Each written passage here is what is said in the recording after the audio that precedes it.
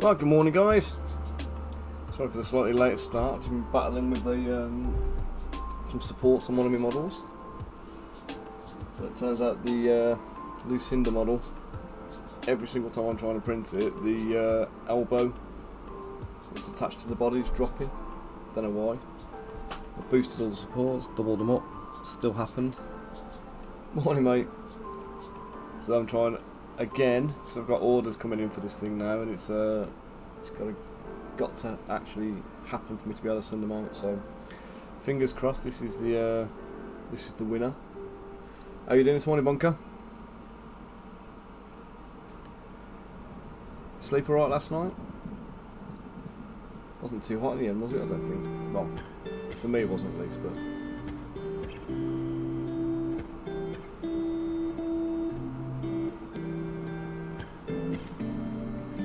Let me just double check. I think the music might be a touch loud.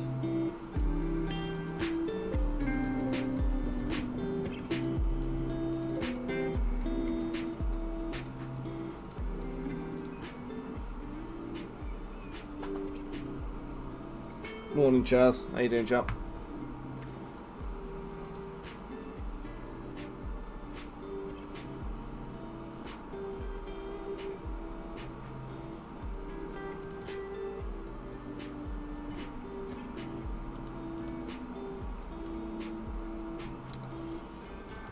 Right. So I'm just faffing with my interface, trying to make sure stuff's working properly.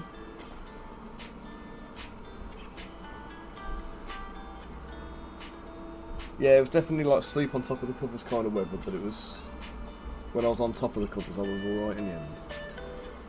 Okay, and so I've done a little bit of extra work on these bases this morning. I had a look at them and they were a little bit under detailed, so I've just gone through and just added a bit of extra texture to them just to kind of make them a little bit better. So I've just re-exported them and they're ready to go. So now we're going to come on to these guys. So every one of these needs a customised face. I think I'm going to make this one a half elf just for a little bit of variety.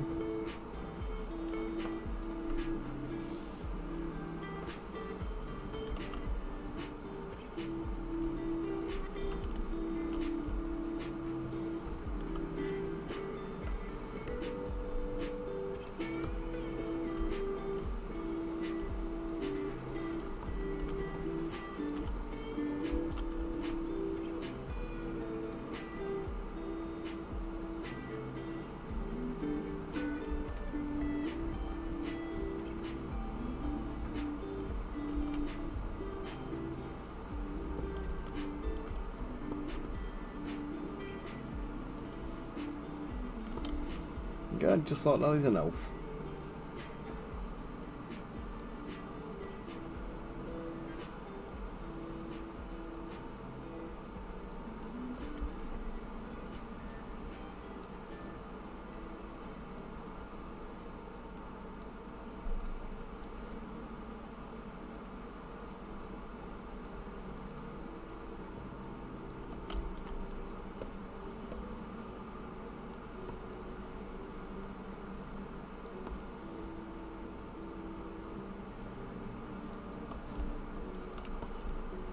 Oh, I meant to ask as well, mate. Did everything alright when the wife and the kids got back?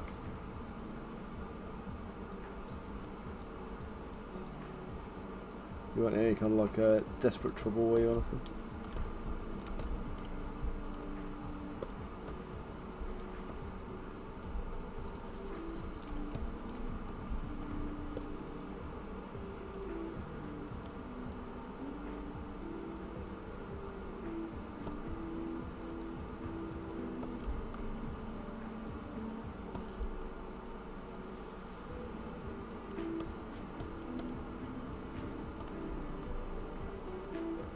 Oh, it's just. Oh, right. I thought you didn't have the kids as well, mate. I thought it was just. I thought that she'd taken them with her. Oops.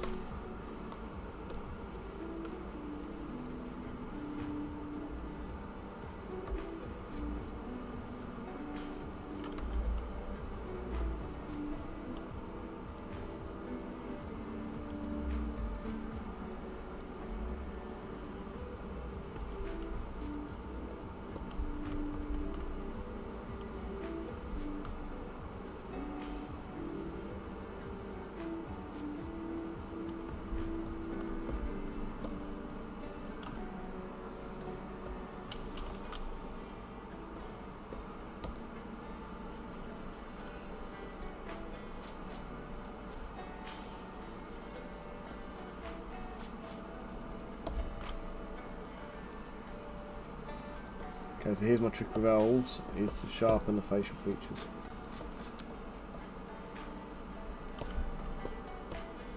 I want to look like an elf instead of just a human with pointy ears. Go in there and polish the face.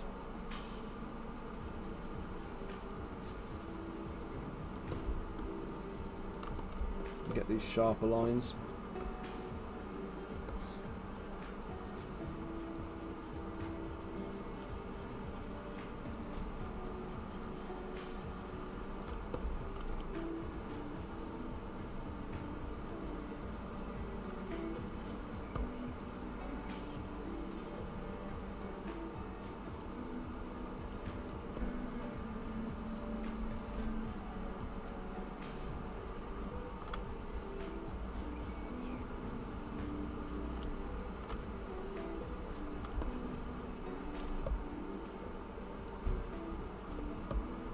Oh,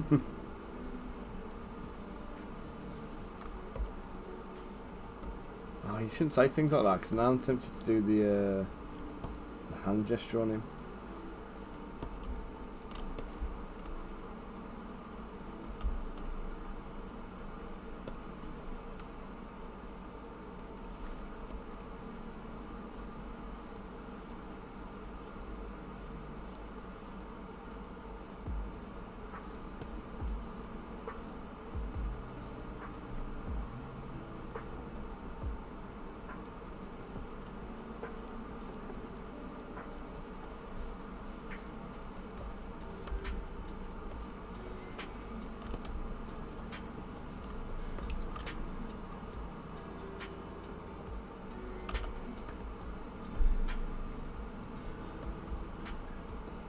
I might give this guy a mask actually over his face.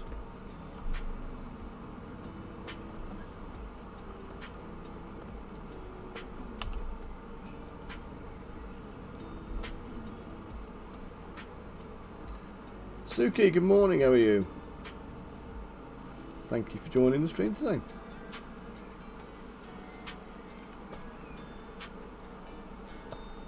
What brings you to me, to my bandit sculpting extravaganza today?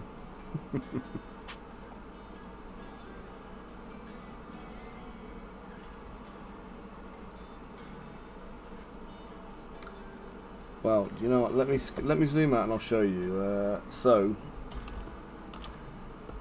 I've been making a group of bandits for this month's release.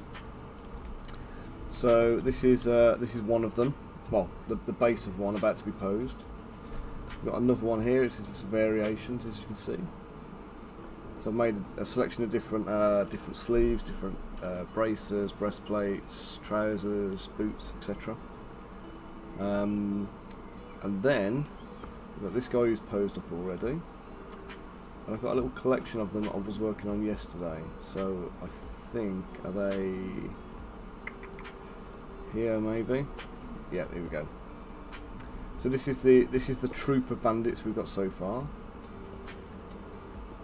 So we've got 3 dwarves, a female, 2 males, and then we've got the ogre. And we've got the 1 human guy so far. Yeah, miniatures for Dungeons and Dragons and various other war games. I do a lot of commission work as well, so a lot of my stuff is for like client games that are going to get manufactured. They go off and they're either done in resin or metal or whatever else. I do terrain sometimes as well. But yeah, they're all for tabletop gaming.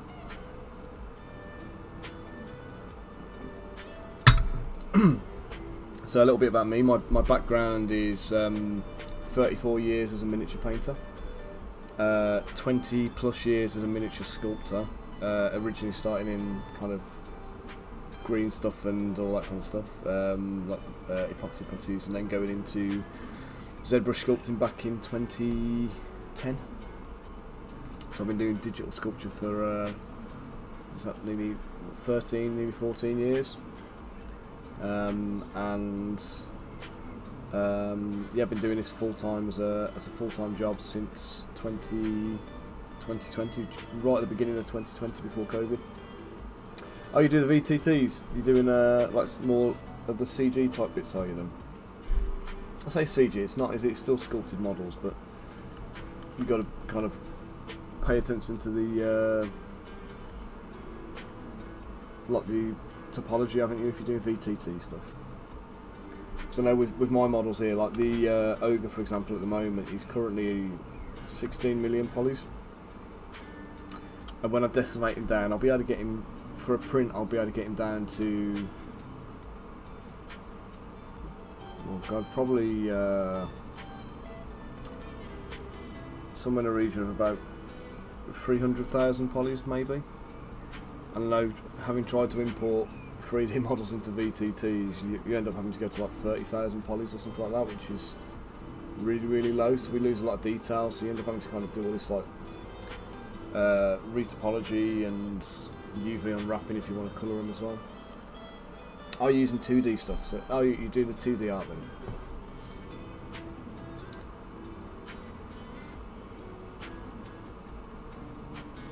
Yes, I do. I've done. Do you know what? Actually, I haven't done them for a while. But a good while back, I started to try and do something, and it kind of fizzled out, and I never really followed it through. But maybe it's something I should pick up again. Let's see if I've got it here now.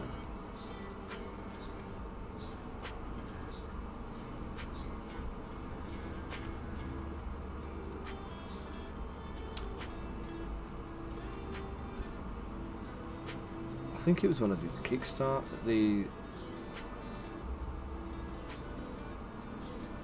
Yeah, they are quite time consuming.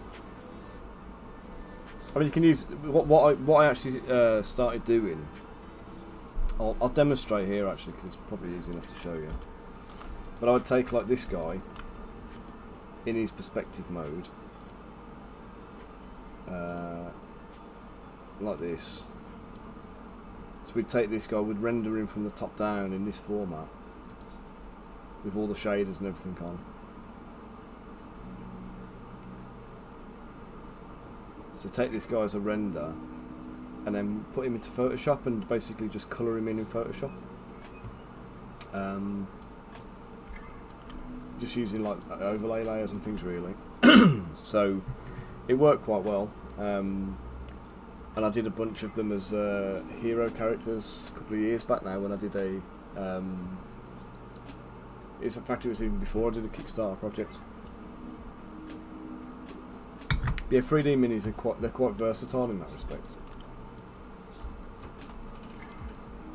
So yeah, you take like the ogre for example, we can like screenshot him there, render him out of the back. No, the last Kickstarter I actually painted in full. I actually poly painted it in 3D.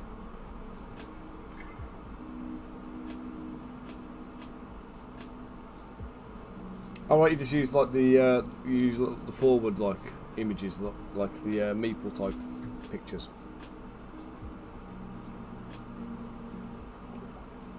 Oh, Suki, you know, I would love to see what you're talking about, so we can get a kind of a vision of it. We've got a Twitch channel. You're on the Twitch channel. We've got a Discord channel. There you go, Bonker. You're already one ahead of me. If you want to join the Discord, you can feel free to post stuff in there, do a bit of self promo, show off your work. And so if you post into there, give us a shout and let me know, and I can put it up on screen and we can have a little look and see what you're talking about then. Oh, yeah, I think I know what you're talking about. Yeah, yeah, my friends at Game T, they did a Kickstarter. Let's see if I can find it a second. I don't know if they've got them on the website or not, but yeah, here we go. So Game T. So lovely group of girls. They're good friends of mine. They give us a hand doing some paint ups and stuff on my artwork sometimes when I'm doing like Kickstarters, and they're always great for a bit of advice. But they do these token packs on the website. So is this the kind of thing you're thinking? So the group of artists, they basically do the artwork themselves, and then they've kind of framed them all up, and they've yeah,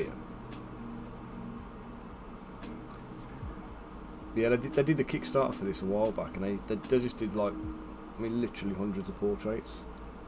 And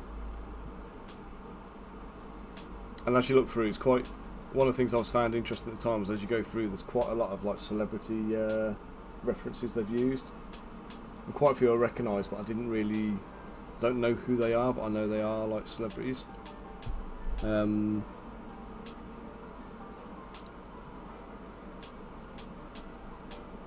I can't even really show you on these because they pop up in funny ways on the screen, and I'm not seeing the specific ones I'm looking for. But there's a lot of famous people kind of like amongst the crews who have been turned into like vampires and all that kind of good stuff. Okay, so we'll carry on with today's sculpt anyway. So we're going to go for this guy. I'm going to get my words out. I'm going to make this guy an elf. So I'll give him some longer hair. He's going to be half elf, not full elf. So I don't want him to be too kind of.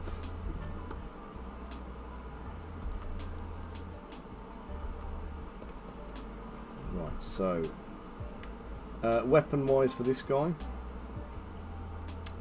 let's pick a weapon for him.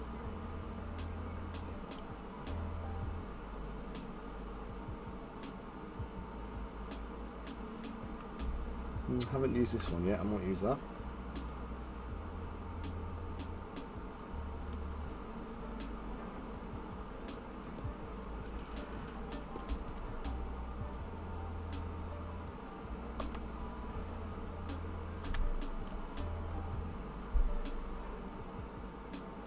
Oh, Suki, I always work on a kind of an Ask Me Anything basis, by the way, so if you've got any questions about anything at all, just feel free to fire up, okay?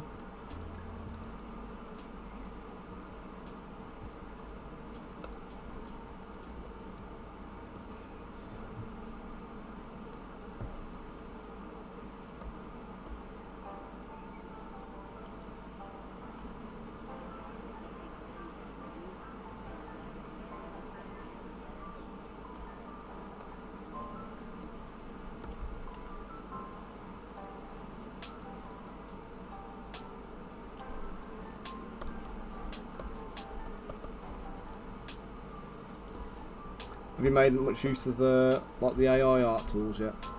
Have they found their way into your repertoire? I know there's obviously a lot of them about now. A lot of them.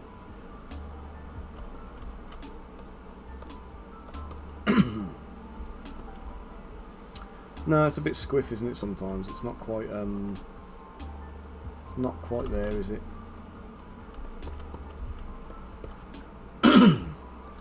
I mean, aside from the moral implications of it and all that kind of business, you know what I mean? But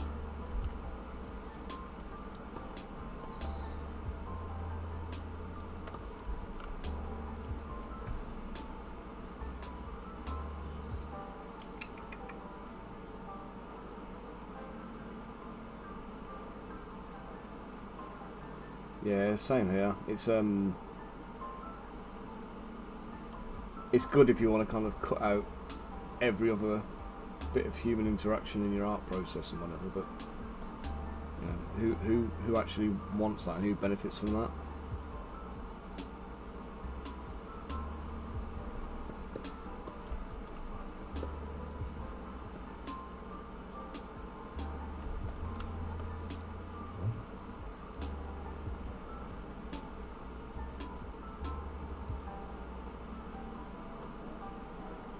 I have hands somewhere. There we go.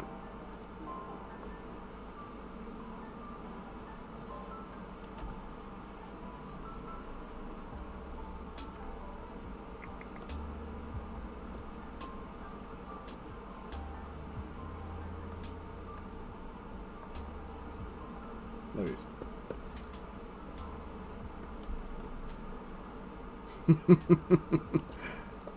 Anybody can do hands better than I can't they?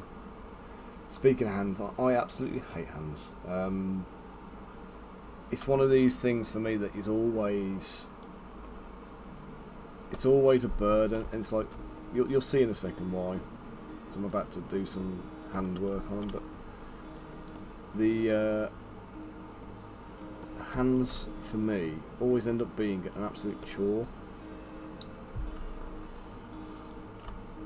and it's because you have to pose a digit at a time. Like the way I work, I've got the hand models here, and obviously it's difficult to kind of mask a single finger off if it's not a separate object in Zbrush. So I always tend to work with the hands like this. So if I put the polymesh on here, you can see all the separate objects here. So every one of these different colours is something I can individually select. And then what I need to do is, like, I'm going to straighten up the finger here.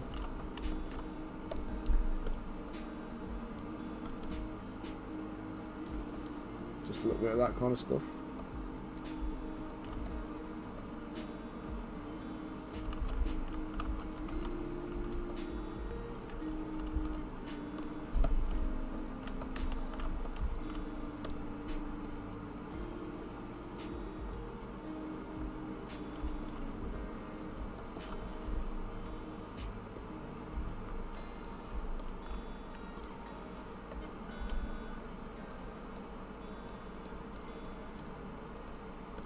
I'm going to delete the original hands that are on balls. Delete the original hands I put on the model. Get them gone. I'm going to bring in the pre-posed ones from the previous model, just to save a little bit of time and effort.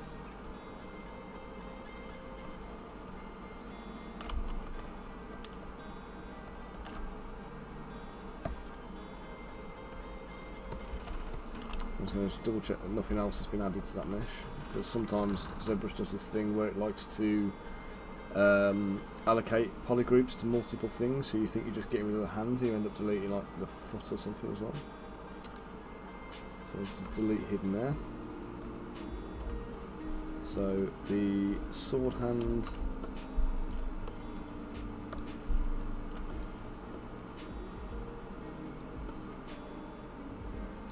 is going in there. Now the sword can go up into the hand. You paws. You do more animals, do you, than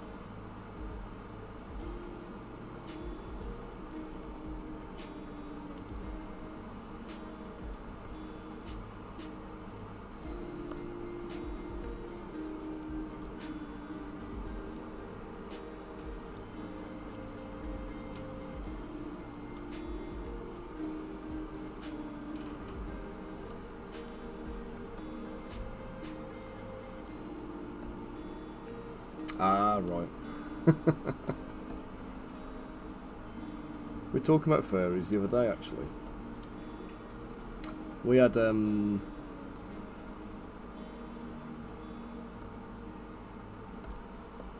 remember what the context of the conversation was.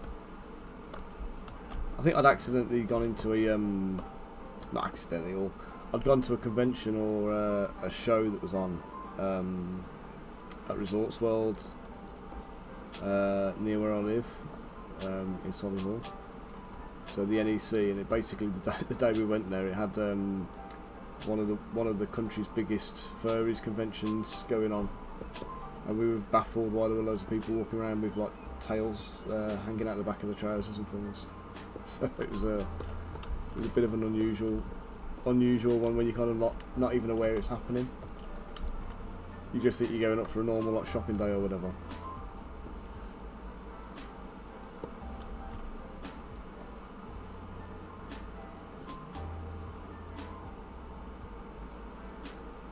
So do you tend to favour more of like the anthropomorphic type characters then when you're doing like D&D type things?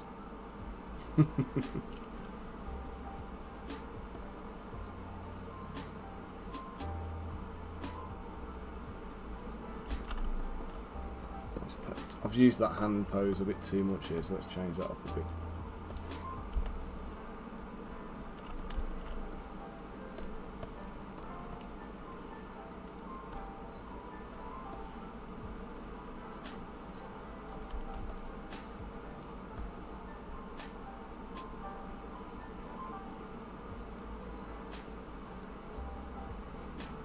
I don't know actually, I might.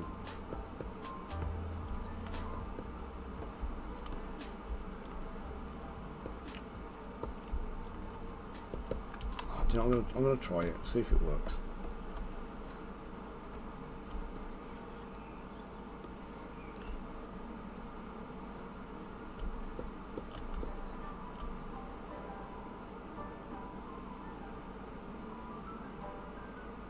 Morning, Rich. How's it going, matey?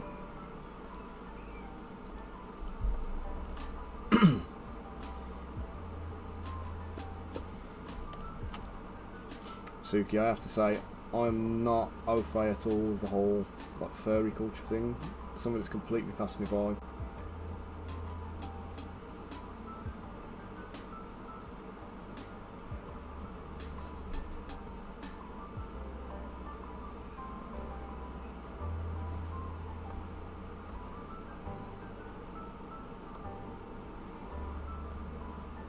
It was one of these things that's kind of happened, and I'm kind of aware it's there, if you know what I mean.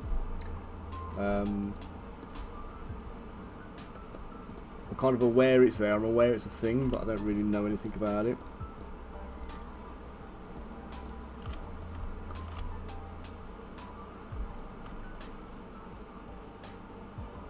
Oh, right, I get you.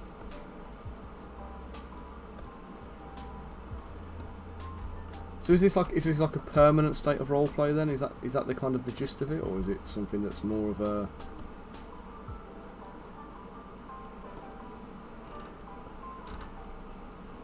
I don't even know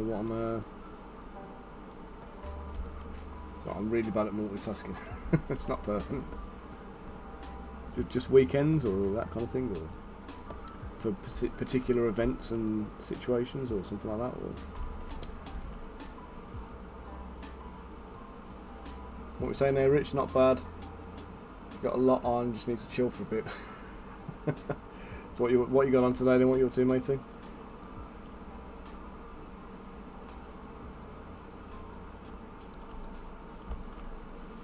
So are we talking like these are your character preferences for D&D type thing then?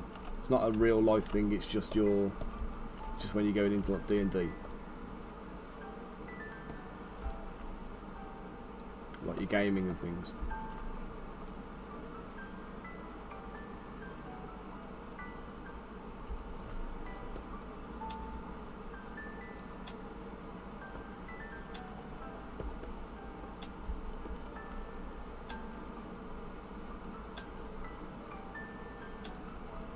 Just try and position this. I'm going to try and do this. He's like he's like holding the blade.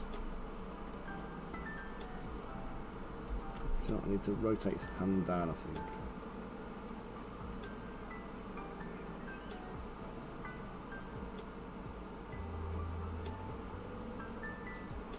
A dog event at the weekend? So what you got going on there then? Apart from a dog event.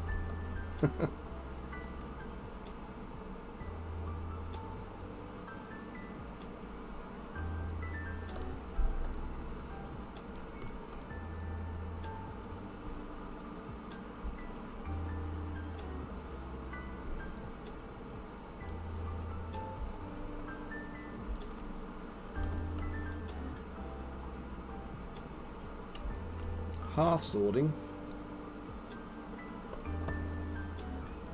Rich, now you've lost me, mate. I feel like I'm out of touch today. Like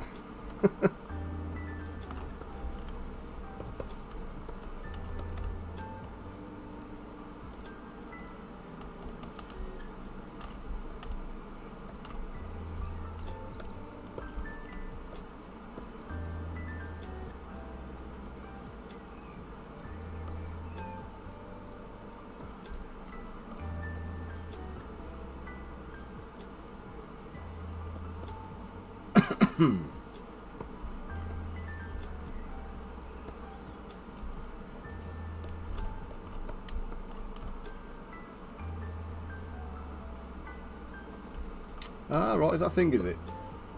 They're not dangerous though, you not get your fingers chopped off and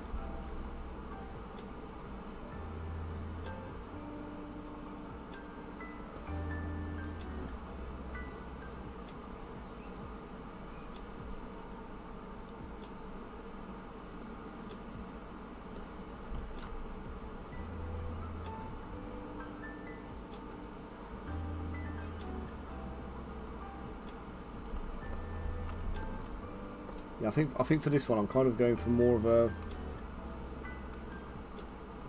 like a stoic, not is relaxed the right word? Maybe not so much relaxed, but like, you know, kind of combat ready, not quite in the action yet.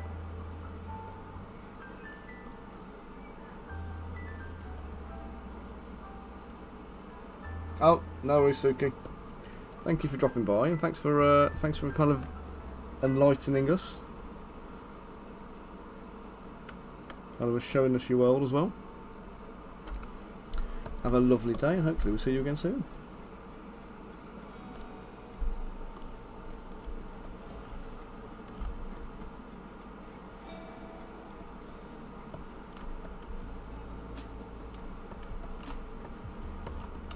Let's bring that finger up onto the...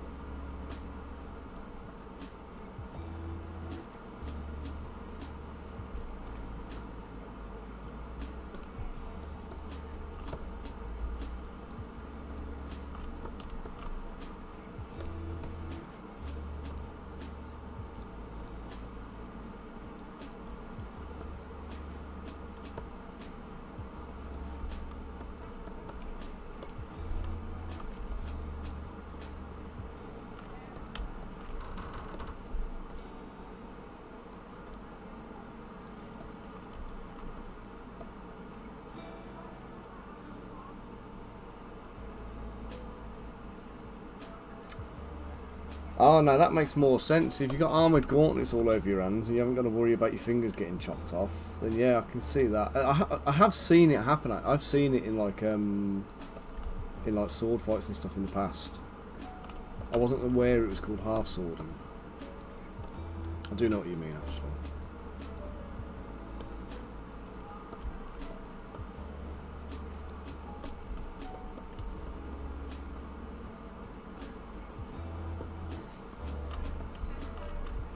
You see it sometimes in that, what's it called now, like the Full Metal Combat thing, you know, the medieval,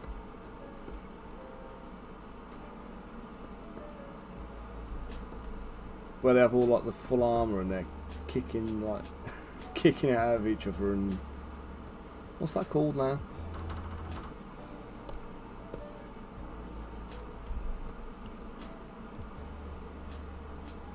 It's just not the armoured combat, isn't it?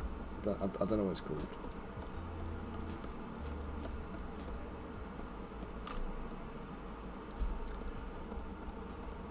I think it's Full Metal Combat, but I'm sure it's got another name.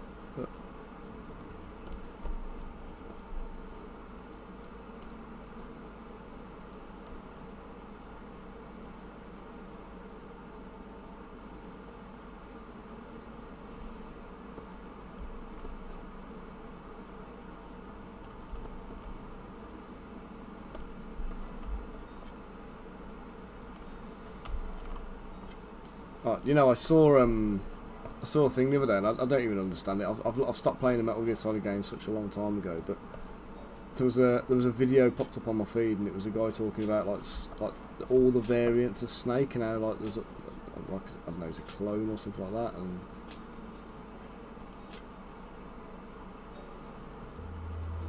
now we're talking about that, you know, that like the martial arts type thing where it's like is it medieval? It's not medieval martial arts, is it? It's the thing where they have the swords and armour and get into a ring and like beat shit out of each other.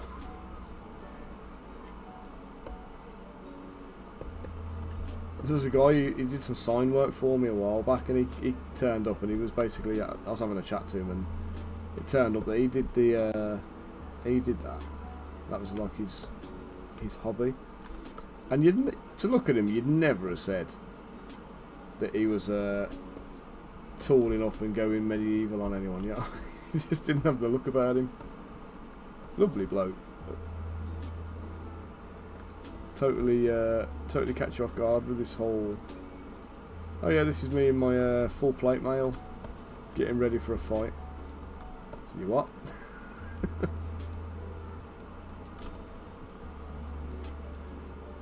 Yep, totally normal Saturday for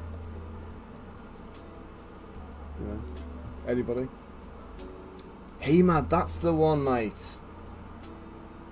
No, HEMA was the thing. That is exactly the one I was thinking of.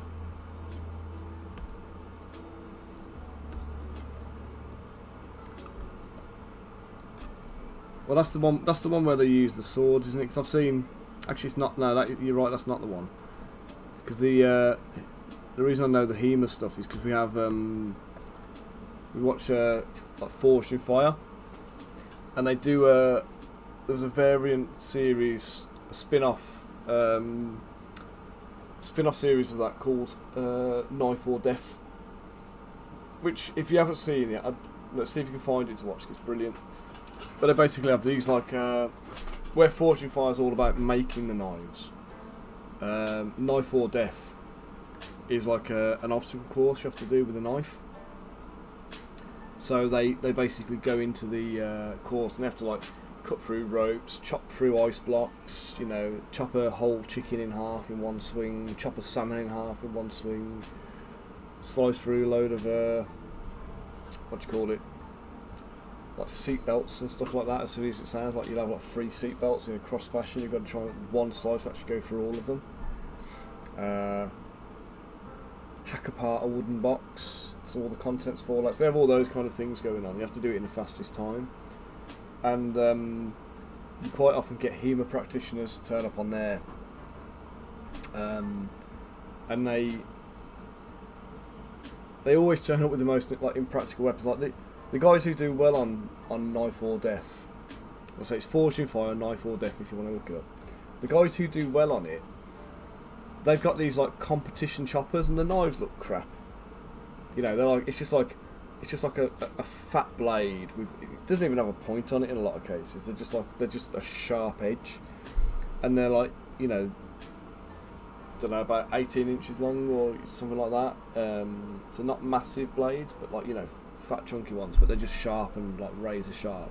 But they have to be really well made because the beasting these guys put these blades through, they'll just blunt out in no time. So you have to have one that's like really well made and it's been, you know, properly heat treated and everything else so that the edge stays. And so many of these HEMA guys turn up and they bring like, you know, some massive great big long sword or something like that. It's just impractical. They never do well on it.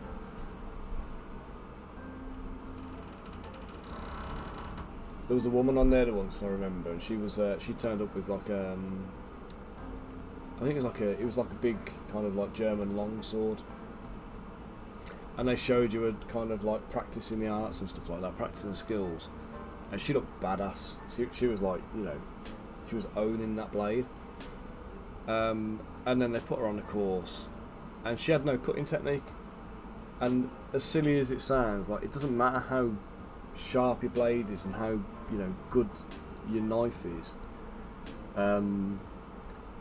if your technique's rubbish. And I think she completely burned out on like the first obstacle and never got any, like ended up kind of giving up on it and going on to the next one. She ended up just passing on pretty much everything because they give you they let you pass, but they give you a time forfeit. It is the edge alignment, but it's also like, just to kind of like to demonstrate what I'm talking about or what I'm about to talk about. So they give them like a plank of wood like this, right? They'll have like a wooden batten that they've got to cut through, and basically when they come in, let me just dynamesh this so I can put a bit of drawing on it.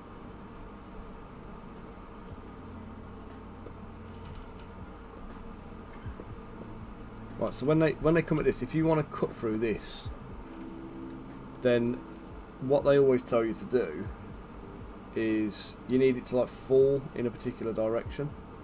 So some of them just come and just start whacking like wildly just at one side and hack away at it. But what they always tell you to do is to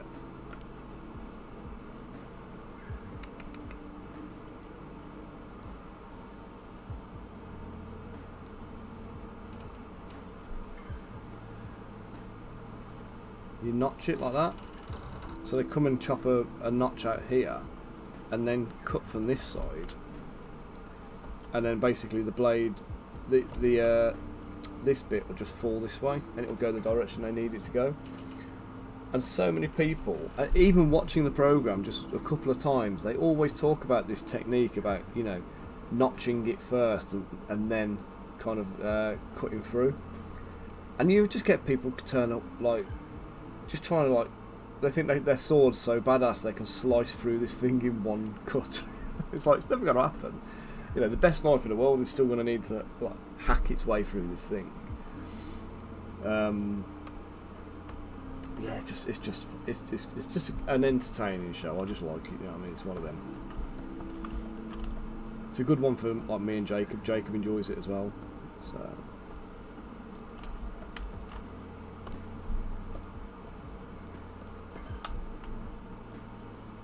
Yeah, it's worth a watch, especially if you enjoy things like Forged in Fire, and, you know, like, if you like the testing part of Forged in Fire, it's basically like a competitive version of that. And in the early days, actually, there's quite a few competitors from Forged in Fire that actually went onto the show and did their thing. Guys, I've just got Hayley calling me. Just mute the microphone a sec.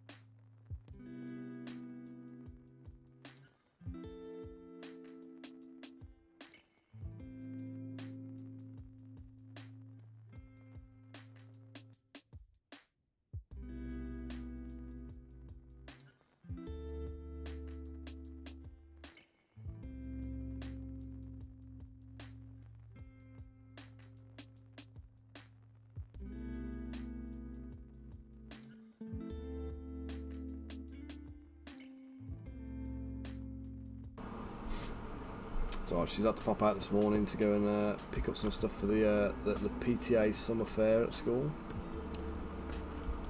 They asked for donations for the bottle tombola from the kids, and well, basically there's never enough donations, so they always end up having to go and, like, top up. So she's just been on the supply run. But yeah, if you got kids and they're young, don't ever join the school PTA. It's a cult. They bleed you of your time and your resources, and you get nothing back in return.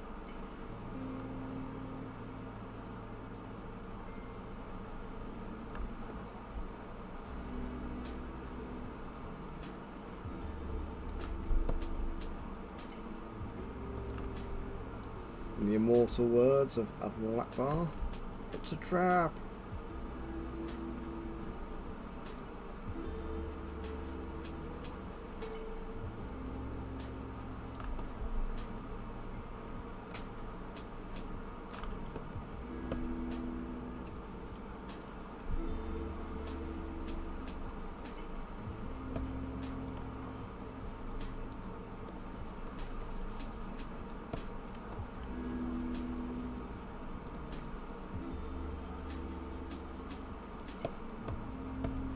Oh, I should do that as a set, shouldn't I? I should do the PTA cult as a That's a set of minis.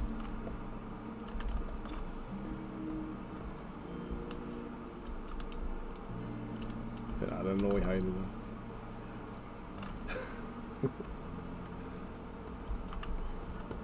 I've done all the other cults, haven't I?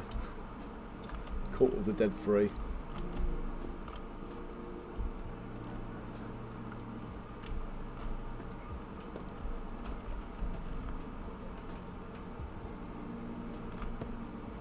Cult of Time At.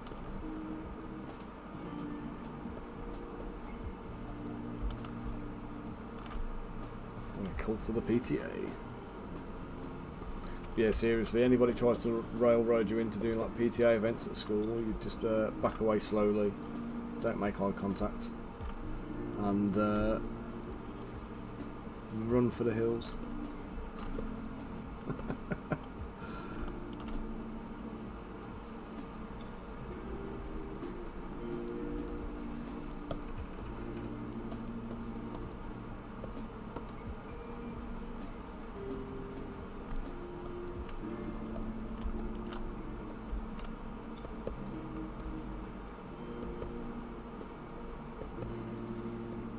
I'm going to continue these wraps around this hand, I think, and I'll do a few things to try and make this guy a little different from the others. So I want to try and differentiate him all, you see.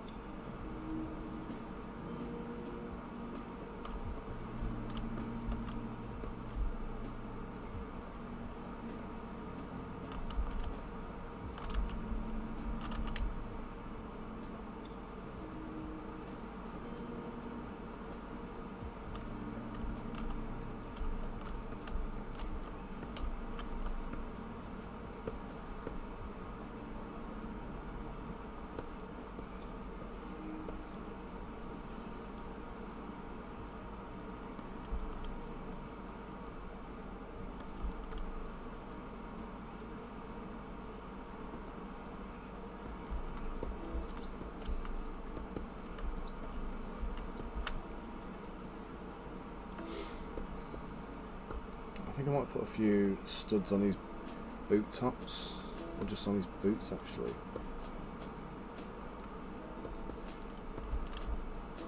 Yeah, let's do that. Let's stud his boots. Oh dear, that's not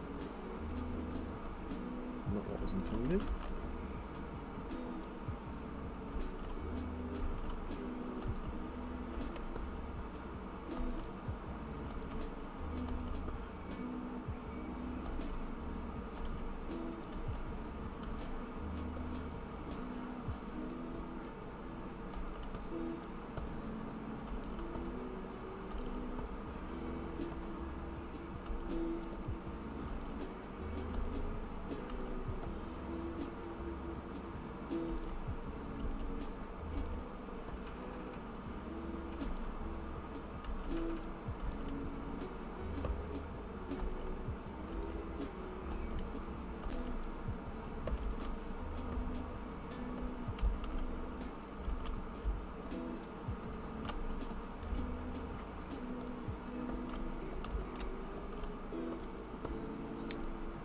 Just bring these out here.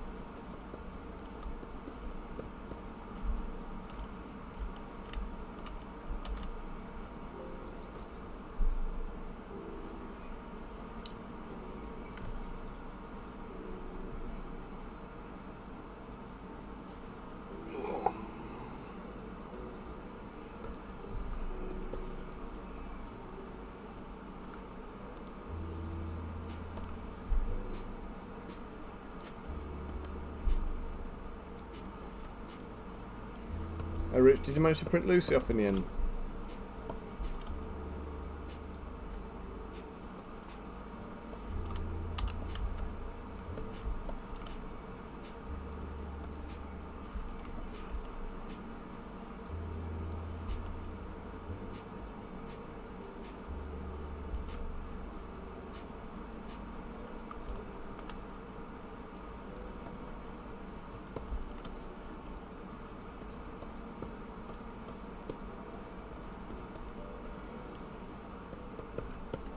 Nice. Oh yeah. No, I saw all the guardsmen and stuff, the guards and stuff. I wasn't sure if you'd actually done like Lucy on her own. So, you know, I put her in there as a separate file for you, didn't I?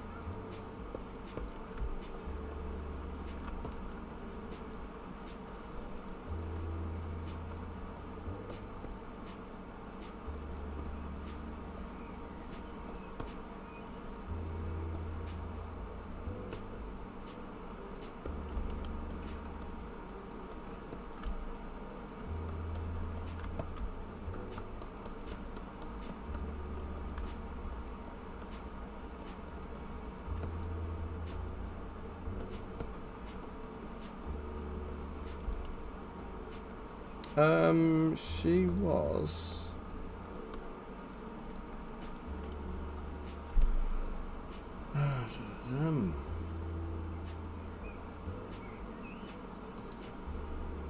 So this is where I haven't actually uploaded it, isn't it?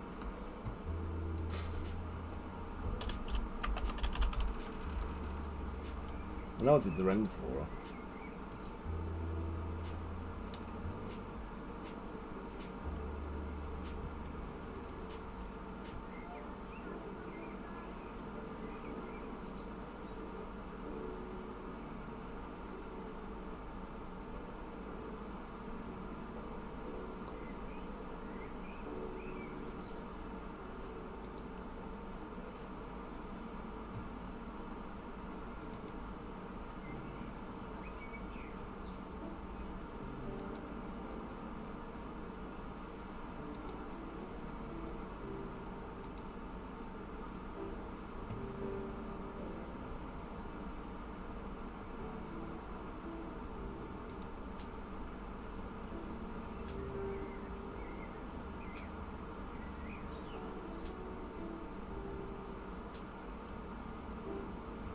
Let's see what's set one.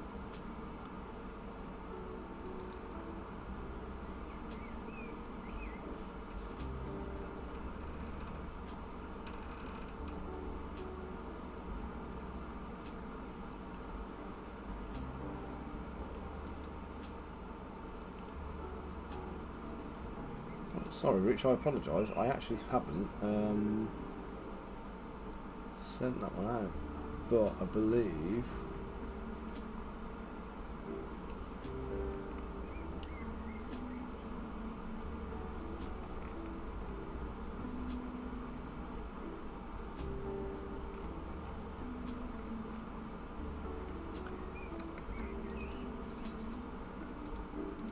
there we go.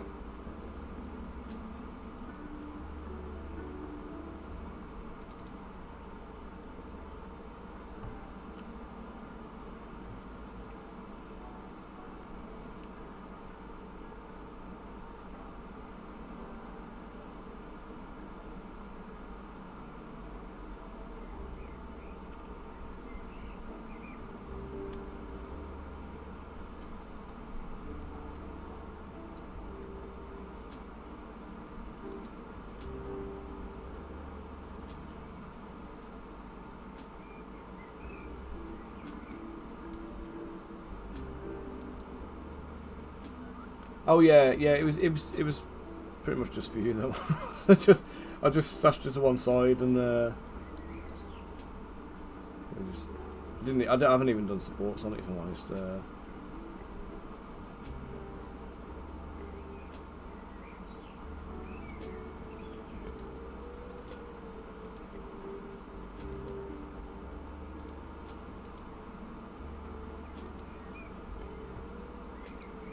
I'm just going to pop it into Discord for you, mates.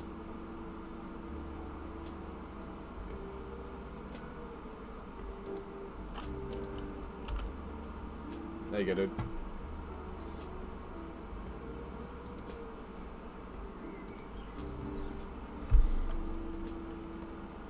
She is indeed.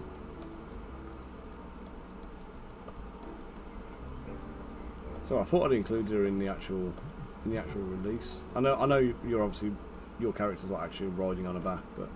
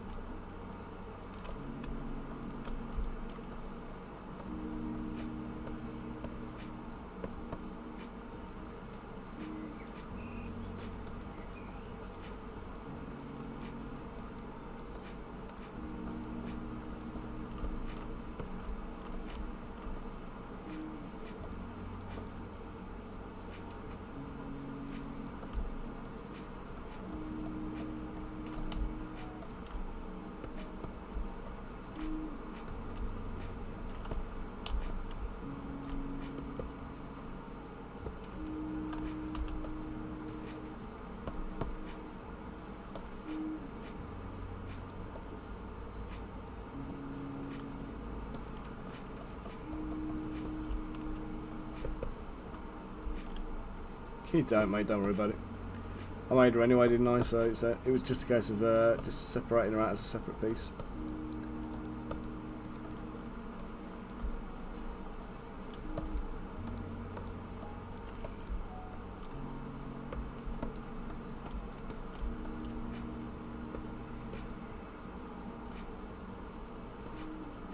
Yeah, of course, mate. Like any other kind of asset I make, isn't it? You know, it's been made, it's been used. If you want to use it for something else, then that's fine.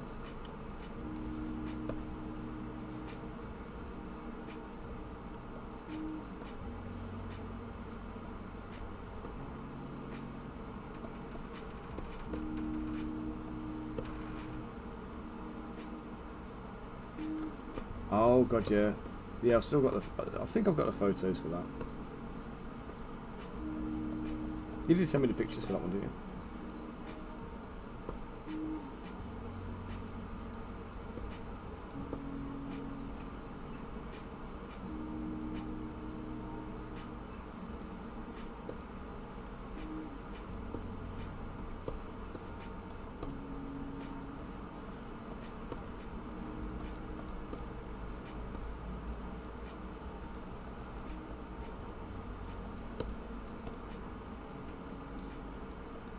Are all the horses faring up in this kind of heat at the moment as well?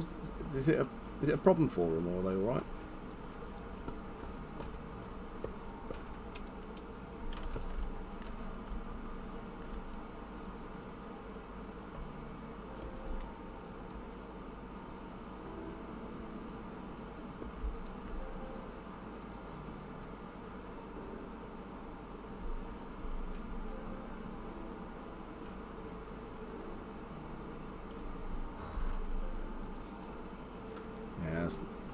That's all of us, isn't it? Hayley sent me this thing she saw on Facebook, and let me just find it now.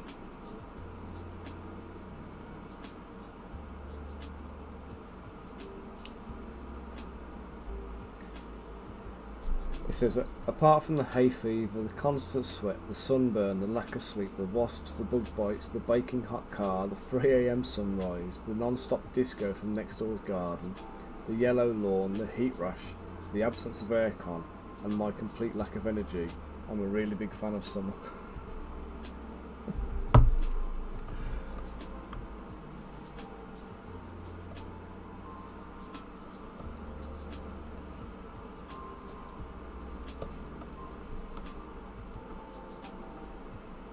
Yeah, that's what you need, isn't it?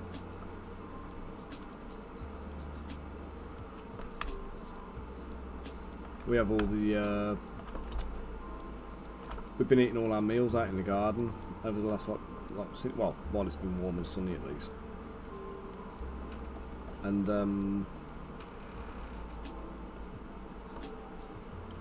we've just got like parasols up everywhere. It's like it's you know, you're waiting all year for the sun to come, and then when it comes, you're throwing up like shade left, right, and centre to try and like stay out of it.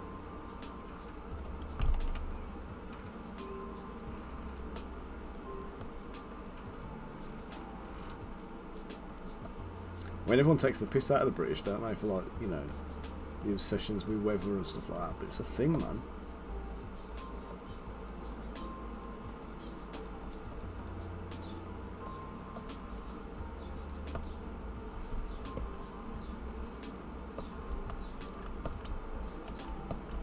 Well, if you live in this situation, you know.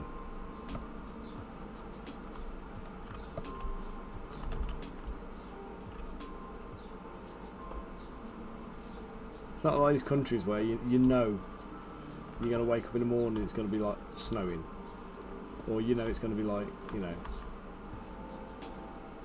boiling hot, and you just take it for granted.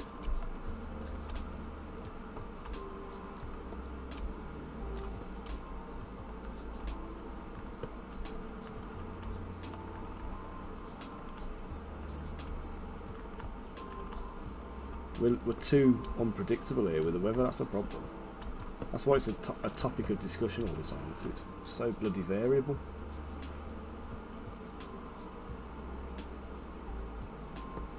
It's the humidity, isn't it?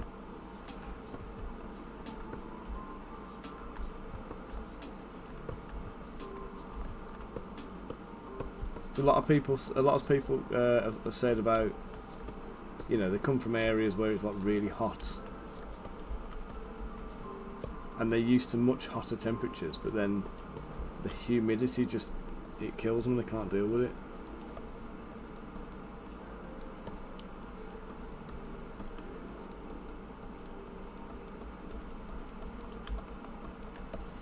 I may have said before, so I apologise if I'm repeating myself here, but like years and years and years ago, I used to work in recruitment and hated recruitment. You know, I don't like it as a kind of a profession at all. It's basically like glorified like phone sales for the want of work. Do you know what I mean? It's the same kind of thing, but people who do the job, they seem to kind of like, you know, think they're special and whatever. But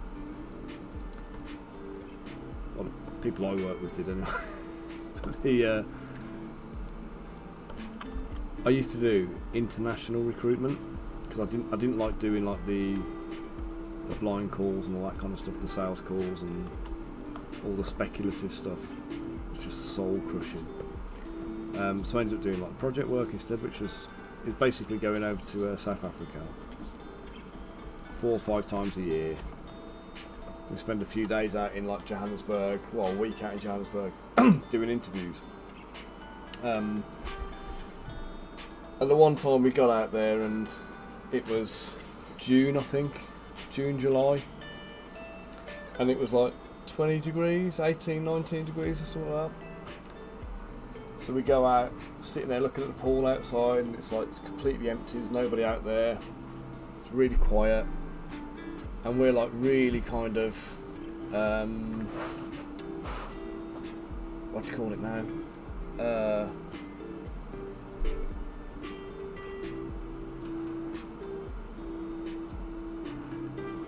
You're sitting there kind of looking outside, and it's like beautiful, sunny, and we all kind of went, oh, let's do the interviews outside by the pool, nice day. So we go out there, take some drinks out and stuff, and then get some jugs of water and everything, set it all up, and then we start funneling the candidates outside, and after about 4 candidates, they're all outside going, we've got to come inside and do the interviews indoors. And what we hadn't factored in was like July was winter for these guys, so it was 18 degrees. It was a lovely hot sunny day to us, but to the guys who lived there, they had like their suits on, they had jumpers under the suit jacket, they had thermal underwear, they had coats, scarves, and they were sitting around at the pool divering, like teeth were chattering, and they couldn't even talk properly. And it was just one of those kind of like weird situations where you're kind of going, you know, this is like a weird a weird situation. And we're kind of like, you can't enjoy the hot weather because you've got to kind of like, you know, obviously take into consideration everybody else. So we had like a couple of hundred people come through the door over, you know, 6-7 days for interviews, and like that, all of them had to interview inside, just looking at the sunshine through a window.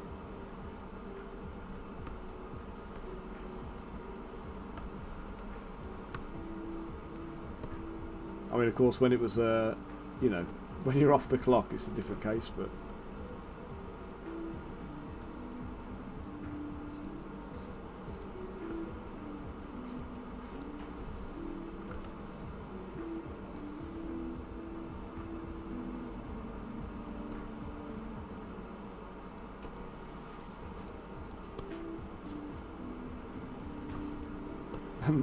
The one trip we had, we brought the guys back over. All the guys who had been successful, who we actually ended up recruiting. We bring them all back over, and they got on a plane at I can't remember if it was Stansted or Heathrow, and it was January, and it was freezing cold and snowing, and it was basically like, you know, the scene in Cool Runnings where they turn up for the Winter Olympics, and like they're standing there looking at the snow outside, and then they put all of the clothes on her in their case. So like these poor guys had like, they'd come from, you know, African heat and whatever to England in a freezing cold January, and they didn't know what hit them.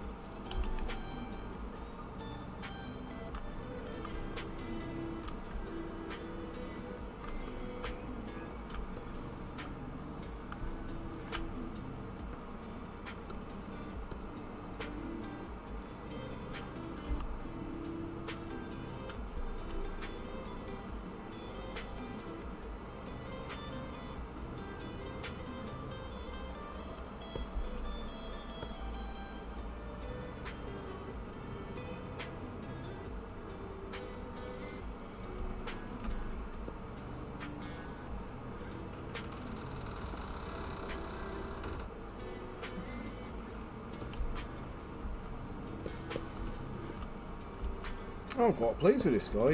He's shaping up quite nicely, I think.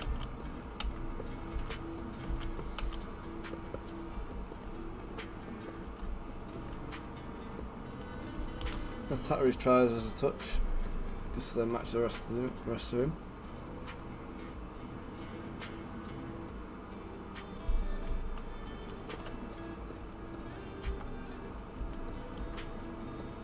Oh, I need to do a braid at the back as well. Let's do that. Let's get that in.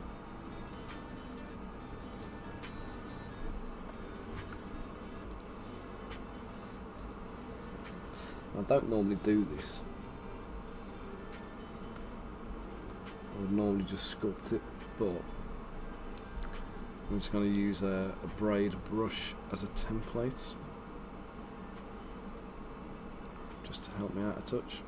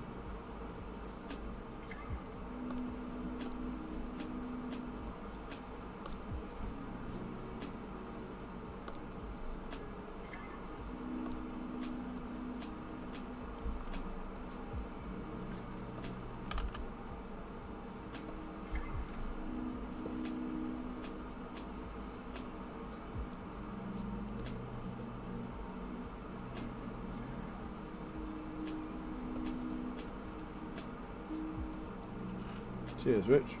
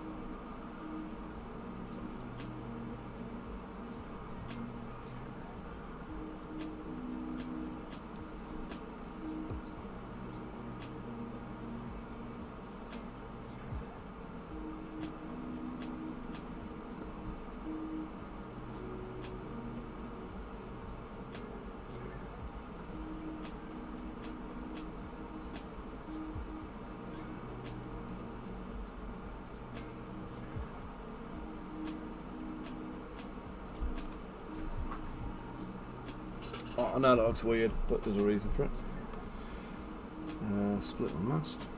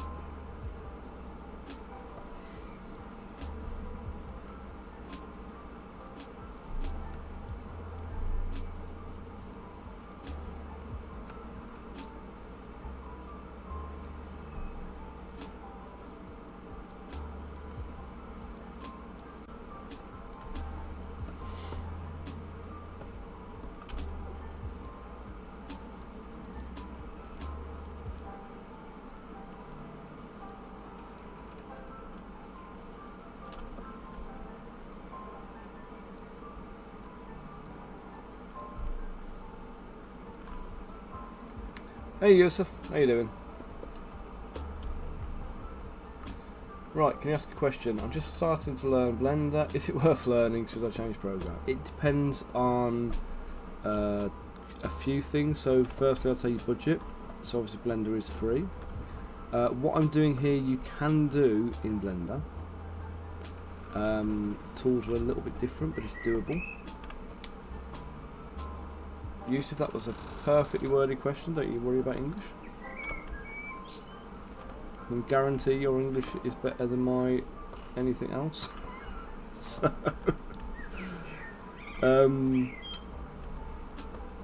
so yeah, the results are achievable. The sculpting is good and functional, but there's a big learning curve with it, so you'll have to kind of get your head around a lot of different things. The other thing to consider as well is how big the files you want to make are.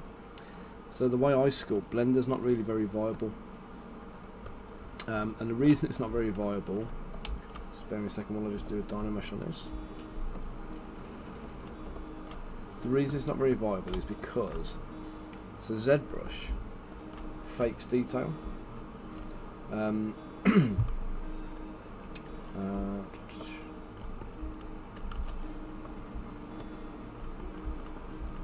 So what I mean by that is, let's have a look at,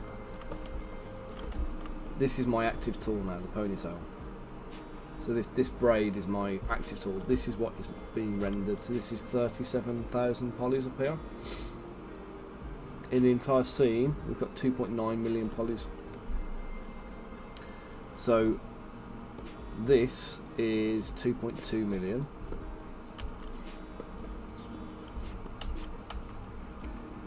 And this is 37,000. When I do this, and I've got the active one is what's coloured at the moment. These are the poly groups. So whilst I've got this active, this is still visible and I can still interact with it. I can't work on it, but I can kind of position this in relation to that. But this is being faked. So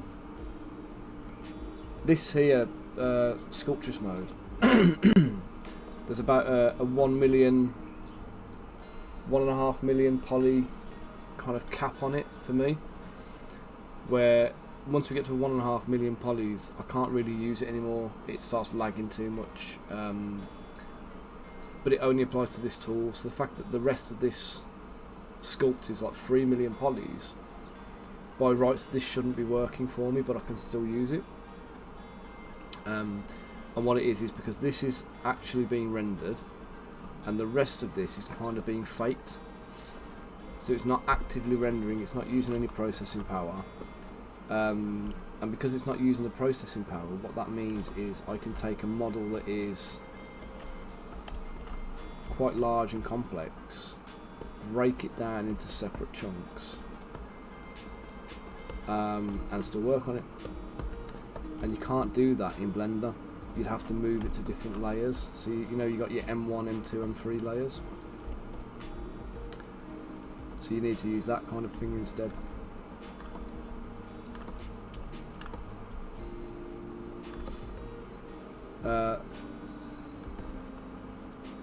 In terms of, like I say, the tools, the functionality and everything like, because it's a community developed thing, it's always keeping up with the tools.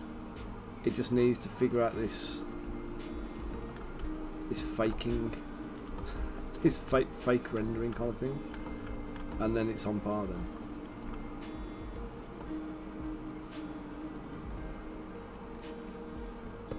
So if you want to sculpt, like I'm sculpting here, where I'm kind of like drawing in 3D, for lack of a better way of putting it. If you want to do that, then I would recommend Zbrush all the time. Like I say, it is doable in Blender. You just need to get your head around the interface and figure that bit out. But the techniques I'm using here, you can totally use.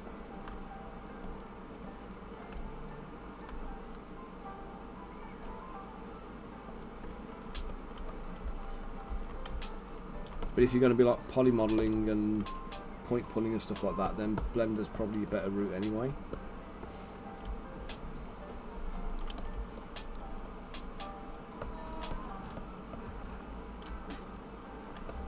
But your budget's going to be a big factor, because your Zbrush license, Zbrush is owned by Maxon now, and I don't even know what they're charging for a license.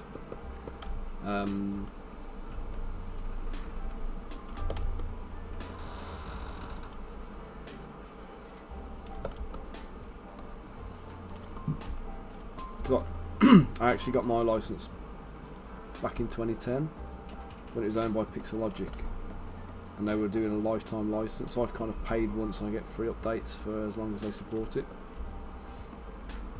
But they don't unfortunately offer that as an option anymore.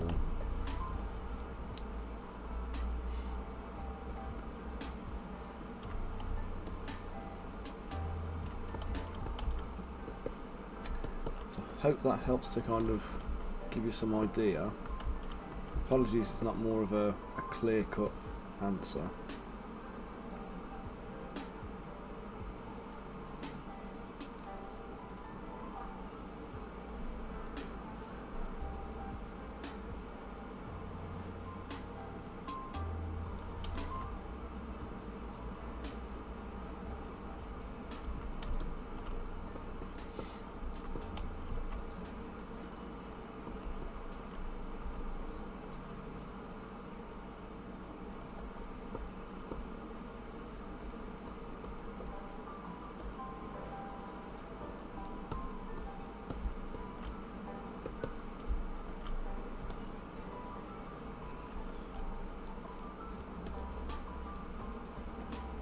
No worries.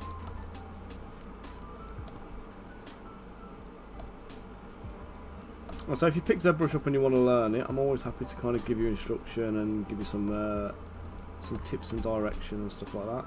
Help you improve.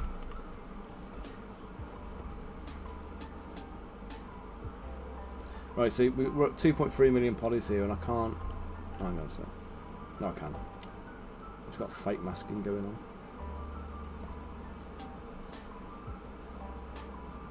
Licensed to be an on YouTube. Morning, how are you? Do I get more sales from my manufacturer or my own website? Like, what channels do you think work best? So, if you're just breaking into it now, you've got a few kind of factors to consider. So obviously you've got to try and build an audience no matter what you do. My mini factory, you might get a little bit of passive sales from, but you're still going to be responsible for driving the bulk of your traffic. So my mini factory, as a rule, tend to not want to promote like smaller creators. Well, even I can't get promo from them, and I've been with them since day one, really. But they're only interested in promoting if you're like a big studio, and you know when they run the adverts for you, you get the the sales in. It all kind of changed when they got shareholders on board. So I get a small amount of sales from Cults 3D. I get a pretty decent amount of sales every month through my mini factory, but I am really about to start driving sales through my own website, which is where I want to be making the money from, because there nobody else is taking a cut. So this is the other thing you got to factor in. Like my mini factory, take a cut of every sale, and you have to pay a £25 a month or $25 a month store fee just for actually having the store in the first place. So whether you sell anything or not, that is, you still got to pay the fee. So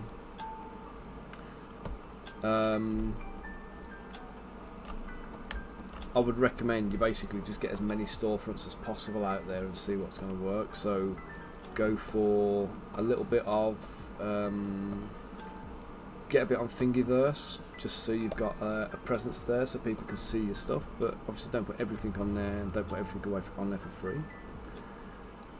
Cults, again, get a good chunk of your stuff up on Cults, get that like moving. My mini factory, if you don't mind the whole license like store fee thing, give it a go.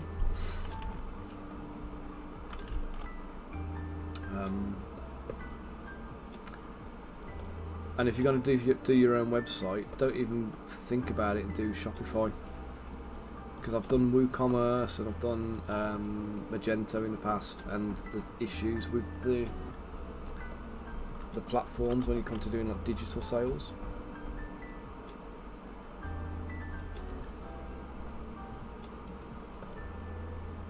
With Shopify, if you're only selling STL files, there's like a really simple free plugin that just allows you to do it, which is what I use.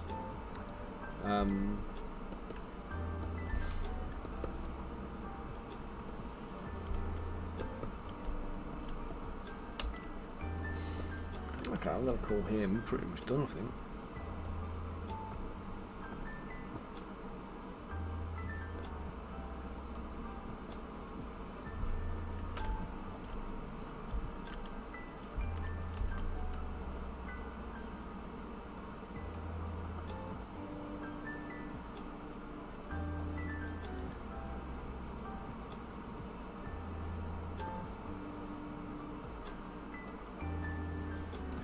But yeah, if you're going into it like new right now, I would say Kickstarters.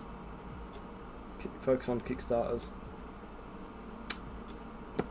Shopping, yes, it does actually. I don't use it, and I don't use it because give me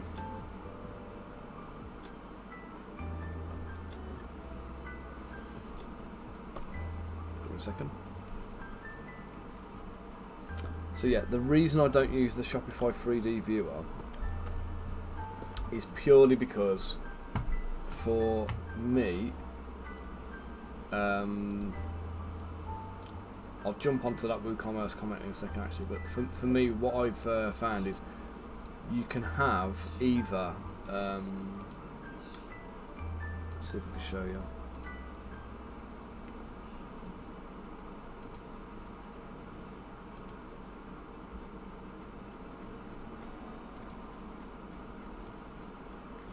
There we go. So if I go here to add files, here you can see it says accepts images, videos or 3D models. So I can add files, and I should be able to pick up a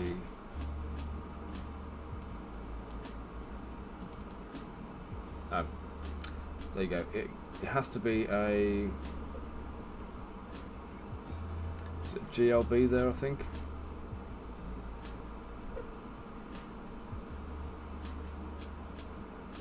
I don't know what USDZ is, but I think GLB is possibly a 3D format.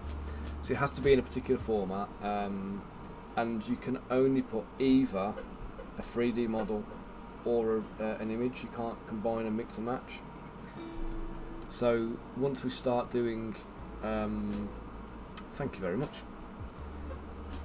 Yeah, they're all 32mm, so let me just show you what I start with every time. So this is my base mesh model. Let me just move the base down so you can see. So what I've got from the toe, from the sole of the foot to the eye line is 32mm. So I always start with a 25mm base, which is obviously gaming standard, and I start with this ruler in the scene. And that has to be there from the beginning while you've got your model in T-pose, because essentially what will happen is I can now put this guy into a squatting position and I can still make sure that he's 32mm scale. And again, if you want to do 28mm scale, you just have to adjust it a little bit. But obviously you have to sculpt in scale, so I've done a few videos where I sculpted the Warlock for my Kickstarter recently. That was intended to be 75mm scale. So the detailing on that is a lot more fine, a lot more precise, because it's obviously going to be a larger mini. But with the Ogre, let's come back to this set. So we got the Ogre here. The fur maintains the same level of like fur consistency as I've got on the other minis. So that when you look at them together, it doesn't just look like a large dwarf who's been blown up. He looks like an actual ogre. And again, if I was doing a giant, the density of the fur texture you're seeing on the ogre's stuff here, if I did a giant wearing fur like that, the giant would also have that same level of density of fur on there to make sure it kind of carries across. So let's get on to your question about, comment about WooCommerce. WooCommerce being easy for digital files. I found it was quite tricky. I had my website built. I rebuilt it in November in Shopify, but it had been running as WooCommerce for several years prior to that, and I'd never bothered selling digital files. Vanny on Twitch, thank you for the follow.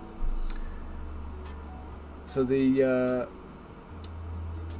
issue I found was you have to have somewhere externally that hosts your files, and then you link back to that. And the sheer number of files I'm talking about, like if I go to my website products list, where we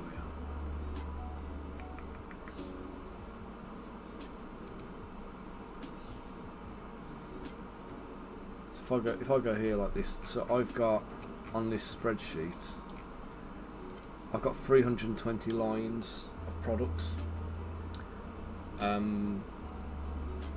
So 320 lines of products here, and the major issue is that amongst these 320 products, there are an awful lot of sets where there's like 10 guys.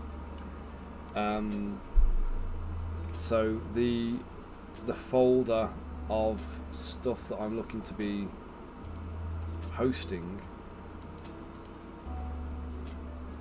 is that 81 gig of miniatures. So what's that? You have to store the digital files in your root drive. See, my WooCommerce was externally hosted, and I had issues actually trying to get any drive to link to the products. So I could do it where it would redeem a link, but every time you click the link would always be dead. It would never actually physically pick up the product it was supposed to pick up. And I went for Shopify literally because it was super easy to do. So my Shopify store is you basically just create the product. Create the product, and then just attach the files to the product. You just upload them, and it's native in Shopify. So it was a really kind of a really simple and easy kind of like there's no. I mean, I imagine at some point they might turn around and go, you're using too much, you might have to pay for it, but I haven't hit that yet. And I'm storing 80 odd gig of product files on there, and it's not an issue or a drama. So in that respect, let's say for me, Shopify all the way. There are a few issues with Shopify. The blog isn't as customizable as WooCommerce, for example. So there are some things where you really do want to be. I have considered multi-platforming, and having like Shopify as the store and then a WooCommerce thing as a blog, as like the site. But yeah, for what it's worth, I'm getting on all right with the blog on Shopify. There's a few little things I've still got to try and work out, but once I get them, I'll be happy with it, to be honest. Have you asked any more questions or anything here that I've missed?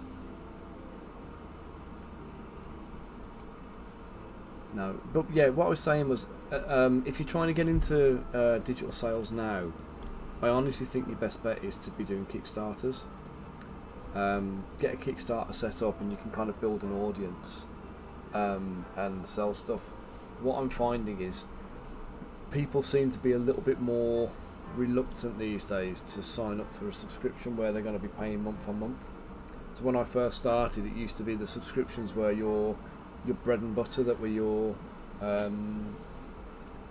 your hardcore of customers where the bulk of your income would come in, and then you'd top that up with store sales and Kickstarters and stuff. And now it seems to be a lot of people are kind of, they'd almost rather buy the files than do the subscriptions, even though you're getting a good deal. But you know, they want to know what they're getting month to month, and if they don't know that, they're reluctant to kind of like to sign up and commit. So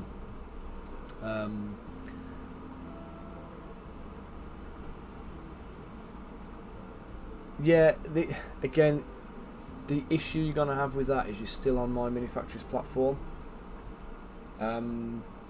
It's not as popular as Kickstarter. They will give you some advertising on the things, but to kind of give context to it, let me just see if I can pull my last Kickstarter up right. So I did a Kickstarter for the Warlock, and I did no advertising for it. I did no paid advertising.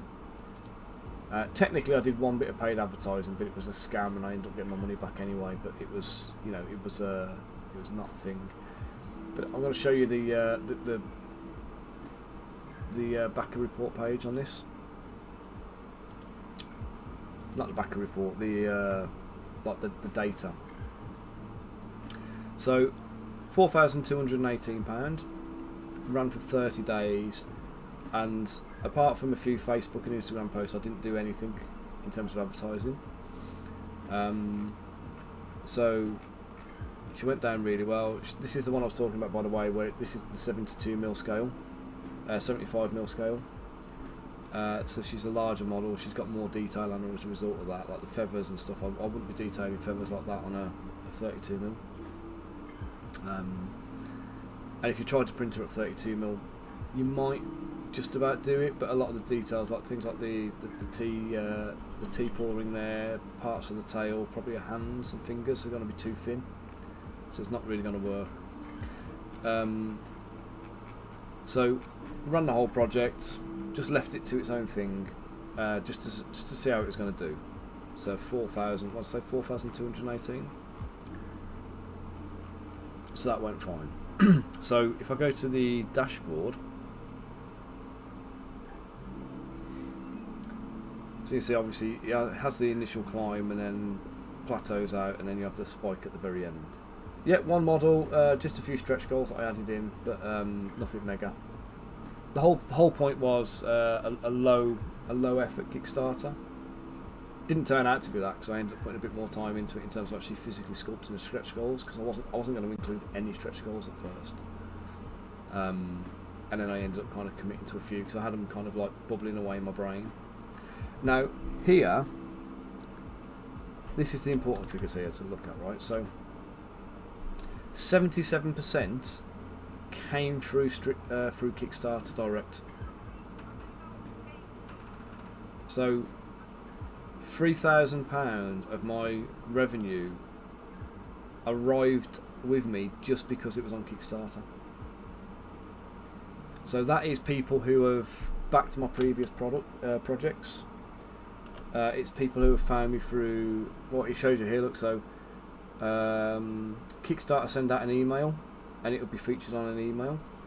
So £671 through email click-throughs. Kickstarter recommend it on their discovery page. 22 backers, 465 quid. Last chance backings reminder email, £182. People searching for it on Kickstarter, £166. Again, recommendations on the footer.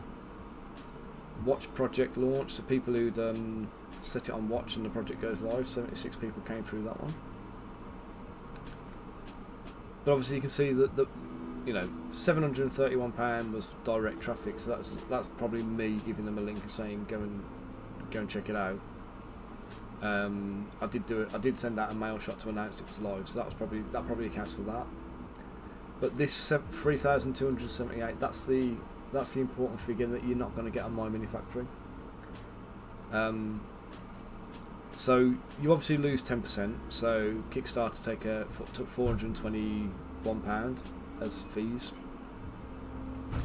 So I ended up with like 3,800 or something like that by the time it was all done. But that's 3,800 in my pocket. Do you know what I mean? That's not like that's not going anywhere else. That's because it was just me on my card. There's no advertising to pay for or anything like that. When I did the Kingdom of Telarius one, I'll show you this one because this is a little bit of a different one. I did do a lot of advertising on this one, and there is some stats on there that you can kind of see. So this one did 25,000, 434 backers, and again 14,000 of that was through Kickstarter. So again, it's about presenting the project, pricing it properly, and promoting it and whatever else. But if you can make it look appealing and show it off nicely, you don't necessarily need to put a lot of money into advertising, because Kickstarter are going to be driving stuff for you.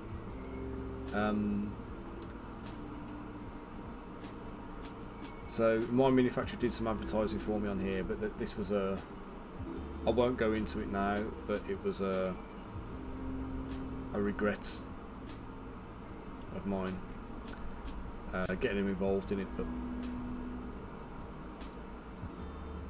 oh yeah, basically, so once you finish the project, let me go back. So on my manufacturer, so if I go onto my manufacturer and click on that link, you go to the Kingdom of Telarius page. If you go to my let me show you. You get to my public profile on things, mymanufactory.com/users/the_lions_tower. So you come onto my store here. So we've got the tribe, we've got the store and everything else. So we've got store, we've got tribe, we've got objects, campaigns, So we're going to campaigns. We've got Kingdom of Telarius here is set up as a thing, like a Frontiers campaign. Oh, do you know what? Message me offline and I'll tell you all about it. But I had a major falling out with them. The guy, in fact, you know what? I'll tell you now. The guy I dealt with when I first started is Nebo, the CEO, and he's a fantastic bloke. He was really kind of helpful. He encouraged me into STL files. I owe the guy a lot. So I wouldn't be where I am now had he not intervened and kind of given me the kind of, you know, the push to jump on and do STL files instead of just doing resin minis. So that was back in like 2019. So yeah, so eventually Nebo becomes CEO, and he brought this other guy in to come and like run things for him on the ground, to take over all his accounts. And what this guy did was he was discussing things through me with through Discord all the time. He had no background in miniatures, so he was a salesman kind of thing. But he was very, very sneaky with stuff, and I didn't realise at the time. So, and I'm kicking myself for it because basically I had my background is health and safety and kind of auditing and stuff. So yeah, facilities management, things like that. So one of the things I always did. No, that's not him. He's not even with the company anymore. But I don't know why he left. But yeah, it's always been 3DC. I get on all right with some of them, but they are a bit abrupt at times. But yeah, the thing I learned in my career doing all of the auditing and health and safety stuff was, anytime you have a conversation with somebody, you back it up in writing. So if you have a conversation, you agree something with somebody face to face or on the telephone, you send them an email after the conversation, sum up the conversation, and then that gives them an opportunity to go, oh, actually no, I didn't mean that, I meant this. And you end up with an auditable trail of the conversation, even though it happens verbally with no witnesses, by putting it in writing. And if they don't object to it and they leave it be, then your account stands because you've given them the opportunity to kind of object and correct it, but they've not, right? So when I started doing this for myself, I was treating these guys like friends, and I didn't even do that. So I was chatting to this guy, going through all of like the, you know, he's kind of giving me advice on my business, and I should never have taken it because he's not even from this industry. And I'm pretty sure he's lying in his own pockets with the, you know, what he was doing, but kind of tells me all this stuff. And then we went on to with tribes coming up, and you know, they were talking like they wanted me at the spearhead of tribes, and I was kind of going, well, you know, we're all redeeming Kickstarters and Patreons and stuff through My Mini Factory anyway. So if they launch their own version of Patreon, then surely all the people who are on Patreon are going to move over to tribes. You're talking like within 3 months everybody's going to be there, and I want to be at the head of that. So they gave me the opportunity to do it, and I said, like, you know, yeah, let's do it, let's go for it. And then this other guy took over, the one I'm talking about. So he starts kind of like, you know, telling me what's going on, and he says, look, you know, you can do it. We want you there. We really want you to do it, but we need you to be exclusive. So I had to remove all of our internet presence. I had to lose my Thingiverse page, even though it was all free. I had to lose my all of my other online stores where I was selling STL files. Had to go, and that was a condition of me being at the lead of tribes. Then we had he basically calls me up, and he says, right, we've had this whole discussion through Discord. Everything's recorded, everything's documented. And he phones me up. He says, right, I need to present something to you. I need to show you some stuff. So he fires up a presentation, and he's talking to me, and he's running all this stuff through a presentation on his screen. And then he basically turned around to me and said, look, so Tribes goes live on the 1st of August. So at the end of July, you need to stop billing, make sure that your billing's turned off, Patreon's dead, turn Patreon off in July. And then when you go into August, you tell all your Patreon subscribers, jump over onto Tribes, and they can all pick up there, and you just resume where you left off, you know, just unbroken flow of business, whatever else. So I'm like, yeah, okay, I'll do that. So I pause my tribe, put it on. I pause my Patreon, I pause the billing on it, so no money came out from Patreon that month. So I had 350 odd backers at the time, so I was doing about $3,500 a month through that. Then we had 1st of August comes around, Tribes isn't ready. I'm like kicking off and, you know, throwing my toys out the pram at them, and like, you know, it'll be next week. Okay, next week comes, still not ready. The next week comes, still not ready. Long story short, middle of October it went live.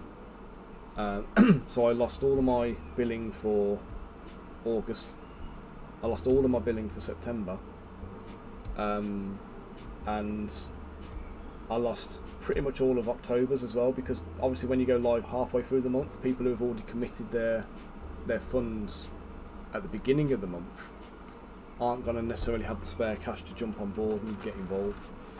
So yeah, pretty much 3 months worth of income at $3,500 a month I lost because of this guy. And when I tried to kick off about it, what I realised was all of the conversation that happened on Discord, apart from the instructions, the critical bits of information had been presented to me in a video chat that was unrecorded and wasn't documented on Discord. And he basically starts gaslighting me and saying, like, you know, I never told you to do that. You jumped the gun and you made that decision. I'm like, no, you literally told me I had to do this, and it went live. So then we had Tribes on, like, up and running, and what they presented to me when they sold me Tribes is not what they delivered. What they delivered was a pile of crap, frankly. Even now, Tribes is not a fantastic platform. It's a well-used platform, but it's not a good one. Patreon's better in a lot of respects.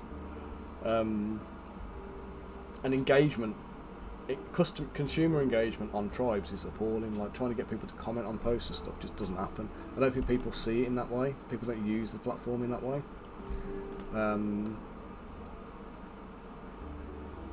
So there's all these kind of like background issues going on. And then when we had Tribes actually went live, I was on it for about 2 weeks or something like that. About 2 weeks, and they didn't mention it. That there wasn't a launch announcement. There was nothing. It was just stealth launch. It was quiet. So I had to put loads of money into advertising to try and drive up my Tribes numbers, where I'm essentially advertising my mini factory at my own expense. And I thought, that's ridiculous. I'm not doing that anymore. That's got to stop. Which is when I decided to set up my own website and do my whole sell everything myself, really. It is. It's all ads, but you can't get the ads. Is the thing.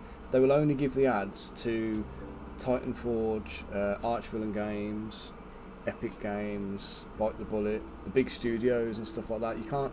If you're a smaller creator on there, you're just lost in noise, lost in a sea of noise, and this is the problem with it. So you don't get. So basically,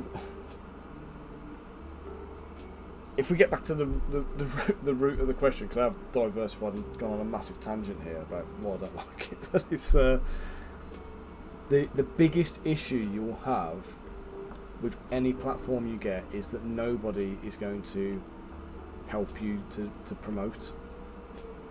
Nobody is going to put you there and say, have a look at this guy, he's really good.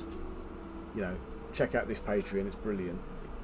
You've got to do that yourself. You are responsible now and where you put a store for driving your own business. The exception being, as I've showed you, is not Patreon, Kickstarter are very good at, just through their normal algorithm stuff and their kind of like new projects and everything else, all of the stuff they do, they are good at getting you some visibility. But you need to make sure your project is presented well, that it looks professional, that people have got confidence that you've got. Well, I would say that, yeah. The problem is that they're a titan in the industry now, so they're kind of too far established. There's a couple of other companies that are similar, that do a similar thing. You've got Cults, obviously, but Cults looks like a place where STL files go to get pirated. So it's I think Cults looks ropey as hell. There's a site called Mini Hoarder, which it was good, but the guy who runs it, Jonathan, lovely bloke, but he did it part time, and he never had the time to commit to it. And what he did really good was he made the site for us as artists, so that it was like the ethos of Mini Hoarder was that it was all about, basically everything my manufacturer did wrong. He tried to do right, and he did a really good platform. He did a really good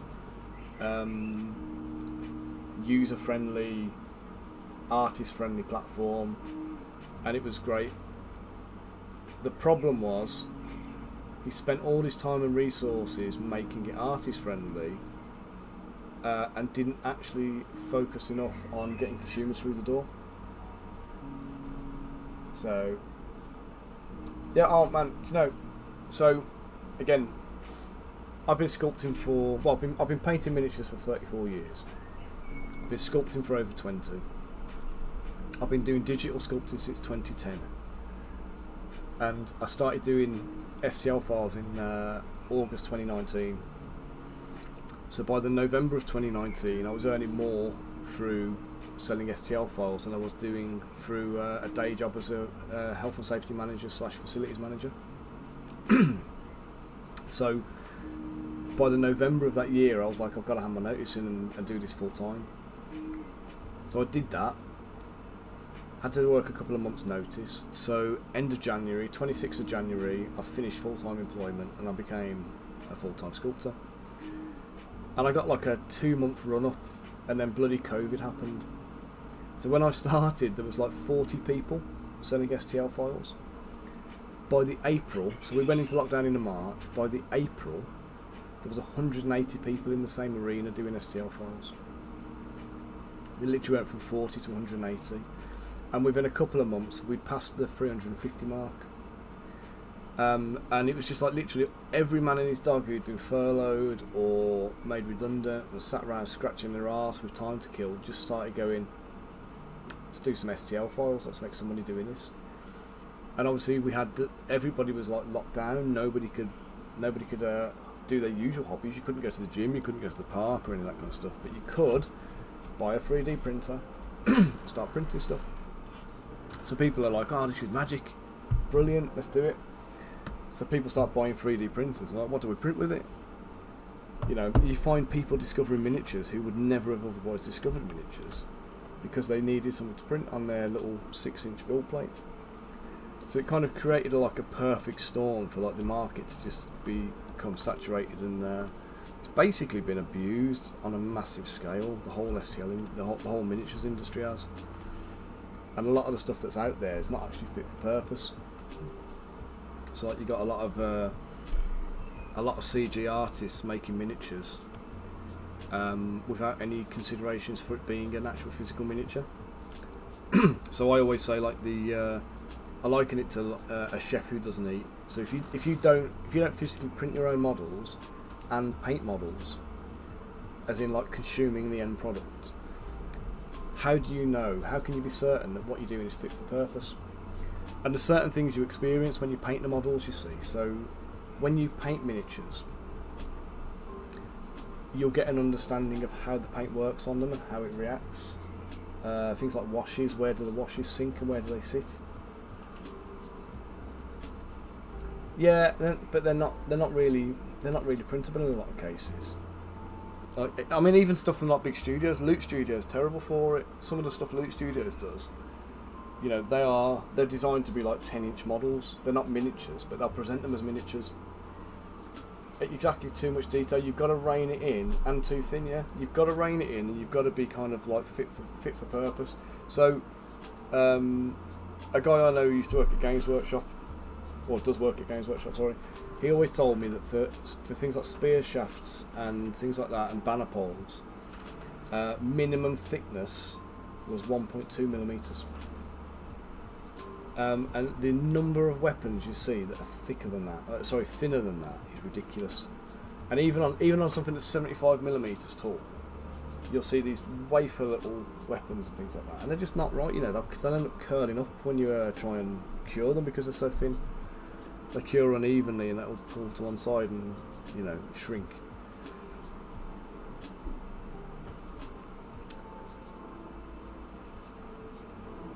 See, look what you've done, man. You got me on a soapbox.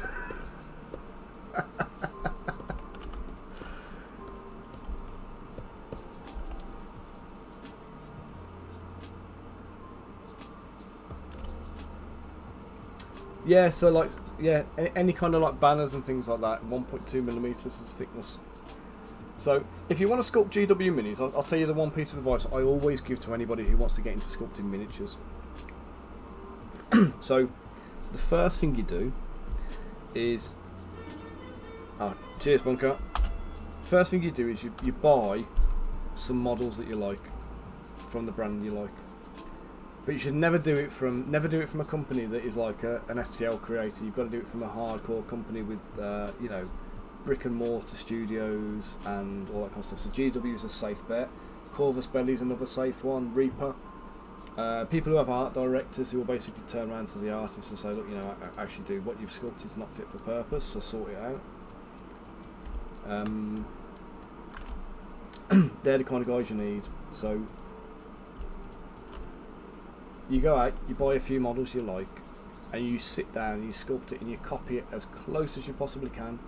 Not looking at any references or anything else. You're literally just looking at the actual physical miniature.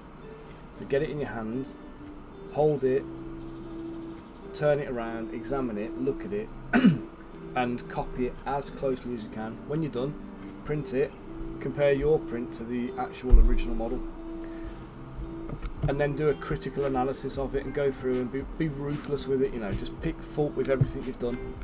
And when you've done that, you pick another model that you like, and you do the same again. So you like lather, rinse, and repeat. So don't go back and try and correct the first one you did. Just move on to a new model and apply your learning from the first one onto your next one. And by the time you've done 4, 5, 6 of these, not only will you have a really good understanding of the exaggerations that you need to account for in miniature when you're making miniatures, you'll also have like learned some of the style and like the reason the models look the way they do. And obviously in a lot of cases it's to do with you know, these like almost like comic book exaggerations and stuff. So without even knowing what it is you're trying to learn, by copying the thing that you want to emulate, then you'll learn that as an ability, and then you'll be able to take drawings and artwork and stuff and apply the stuff that you've learned from copying the models to interpreting a piece of artwork into a miniature. So there you go, bit of free advice, and that'll get you on the right path. Right, on that note guys, I'm going to put you on a BRB before I start this next model, because I haven't had a cup of coffee today. I'm going to go grab a brew, say hello to the wife, and possibly grab a quick sandwich to bring down as well, because it's lunchtime and I'm starting to get the rumbles. So guys, website's on the thing at lionstower.com. Feel free to have a little browse, pick yourself up an STL file, or put an order in for some resin minis if you want. And I'll be back fairly shortly to pick up where I left off. Thank you, Bunker. There you go, guys. There's a 25% discount code to even help you along. I stream Mondays, Tuesdays and Wednesdays as often as I can, and occasionally Thursdays and Fridays. This Friday I'm going to be doing a stream. I don't think I'm streaming tomorrow. We'll see. This Friday I'm going to be doing a stream for Nanolith. We do have a Discord. Bunker, could you do the honours please, mate? Drop the Discord.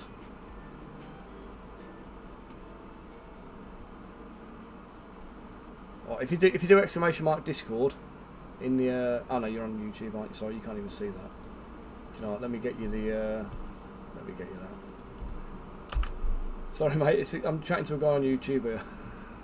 so I forget we've got multi-stream going on, and it's you won't see the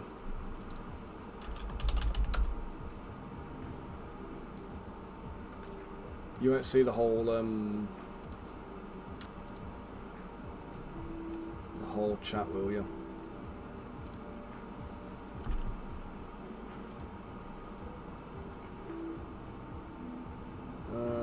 Oh, there it is.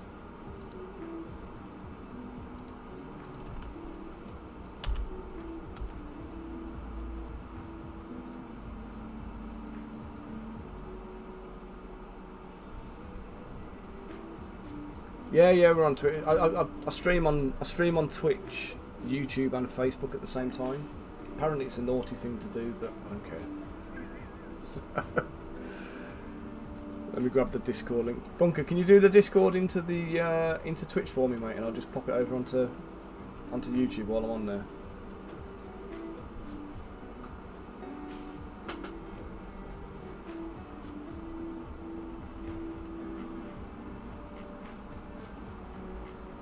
Cheers, matey.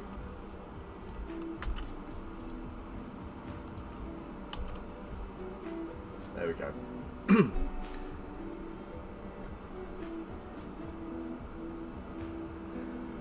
Right then, now that that's done, I'm off for a coffee. So I'll see you guys in a bit.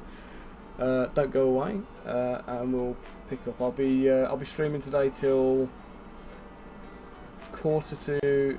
Well, I've got to be out the house at 2:45 because I've got to go and pick the kids up from school. So about another 2 hours or so. So don't go anywhere, and I'll be back soon. See you in a minute, guys.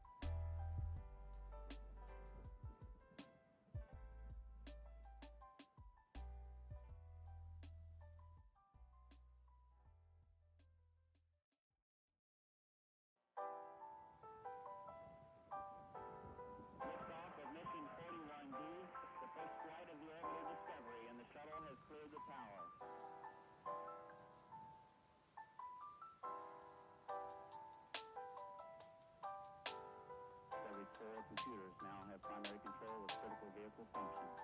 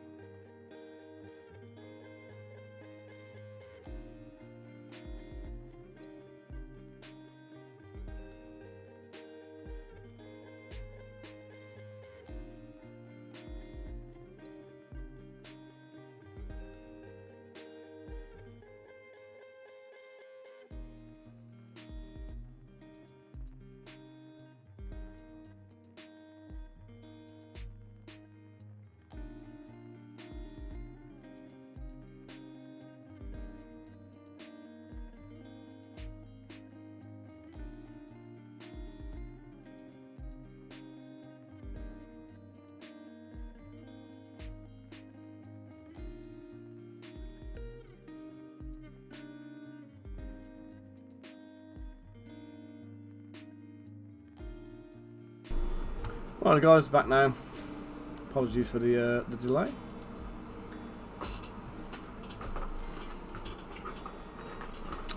Give it love.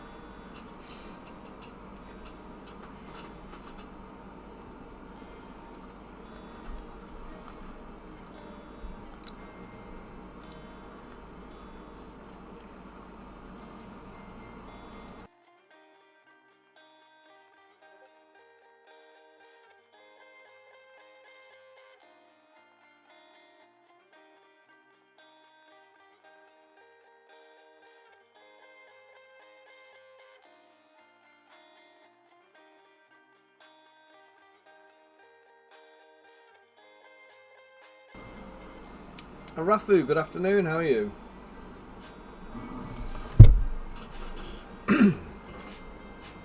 Hey Dennis.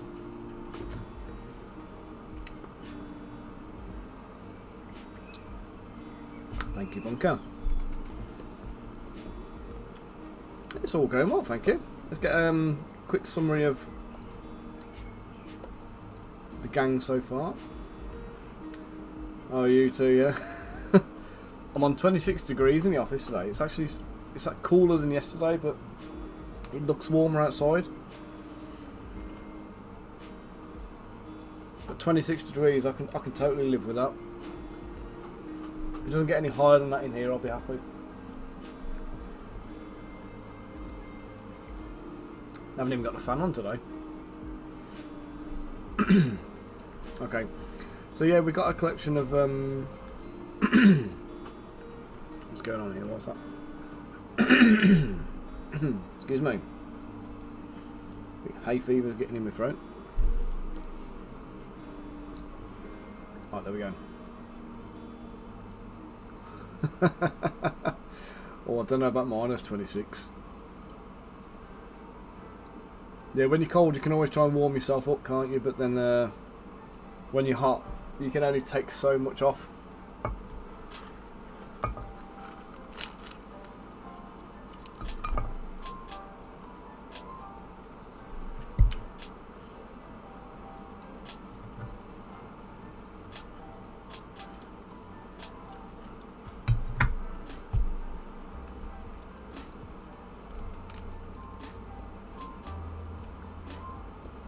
I did threaten to do today's stream stripped to my waist in the paddling pool, like a low rent amaranth or something. Let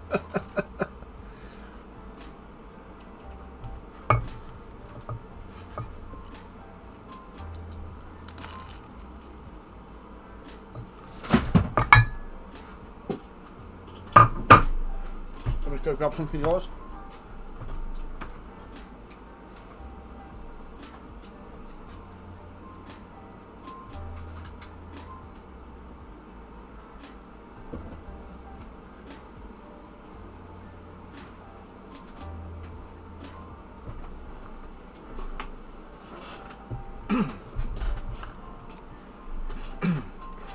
Yeah, that is one of the good things about being my own boss and sitting around is I determine the uniform policy. I've done far too many years of working in offices where you've got to wear a shirt and tie and stuff like that. So screw that nonsense.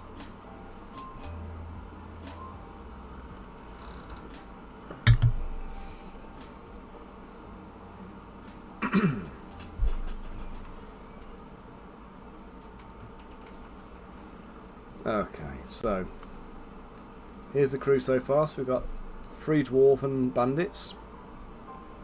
We've got Count Olaf, the bandit boss. We've got an ogre.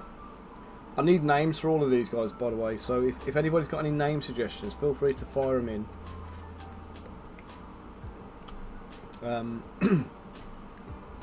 So we've got the 3 dwarfs need names, the ogre needs names, Olaf is kind of done. And then we've got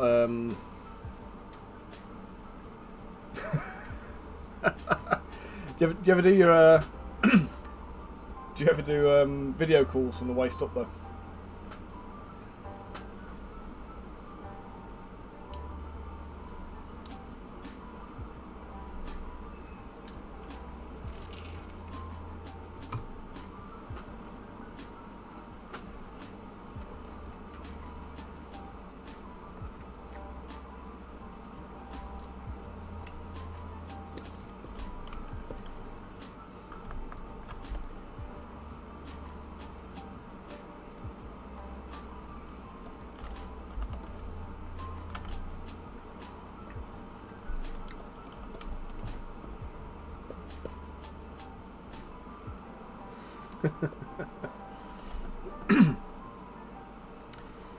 Yeah, I've done that a few times in the past.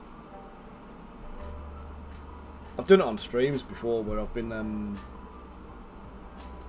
do you call it? I've got like a t-shirt on a hoodie or something like that. I've got like pyjama bottoms like below. Obviously you can't see that, but it's a comfort thing, isn't it?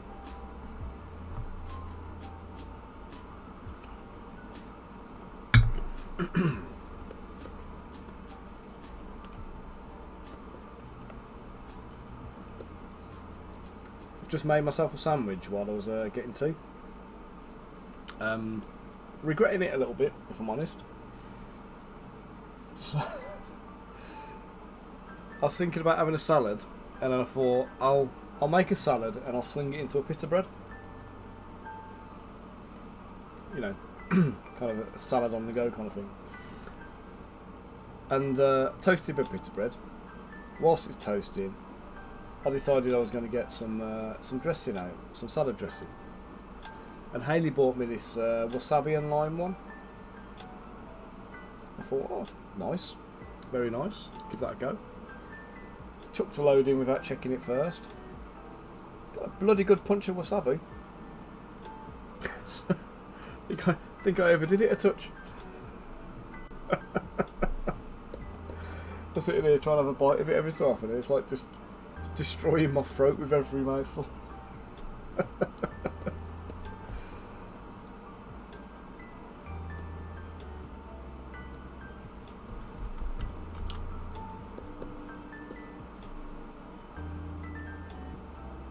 No, I love wasabi. I love wasabi. I love English mustard, but God, this one is like ferocious.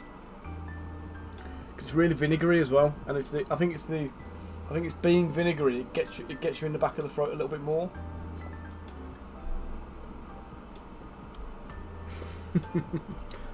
Now I love a bit of spice, I do, but I love my wasabi, but this is just killer. Okay, where are we at then? So,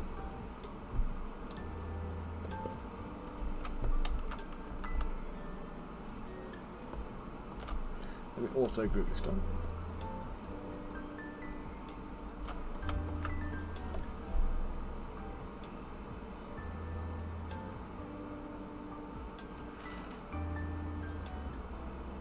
Oh yeah, for sure. I mean, next time I'll put about half the amount on.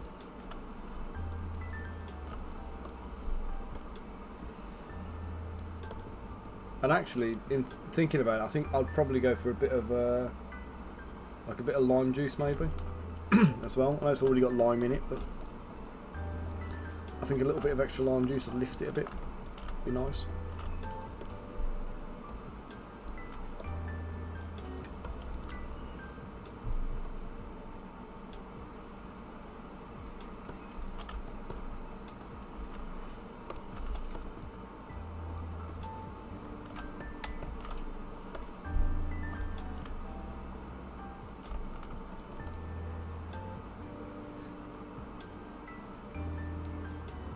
Rafa, you're not actually in Norway, are you? You're in the UK?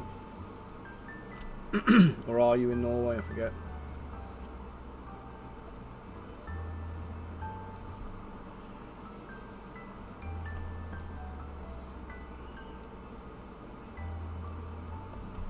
Oh, you are in Norway. I don't know what, I was thinking you were. I think you'd moved over here, but.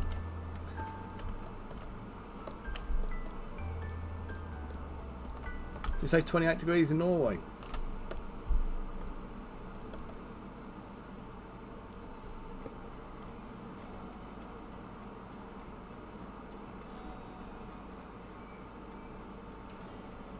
What kind of project management is it you do? Like construction or IT or or other?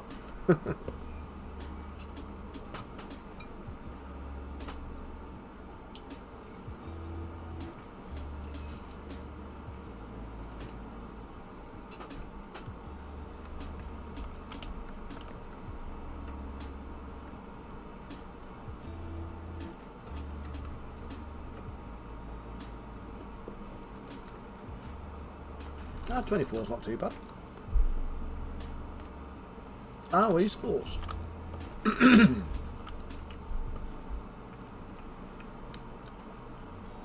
you deal with things like Haddo then?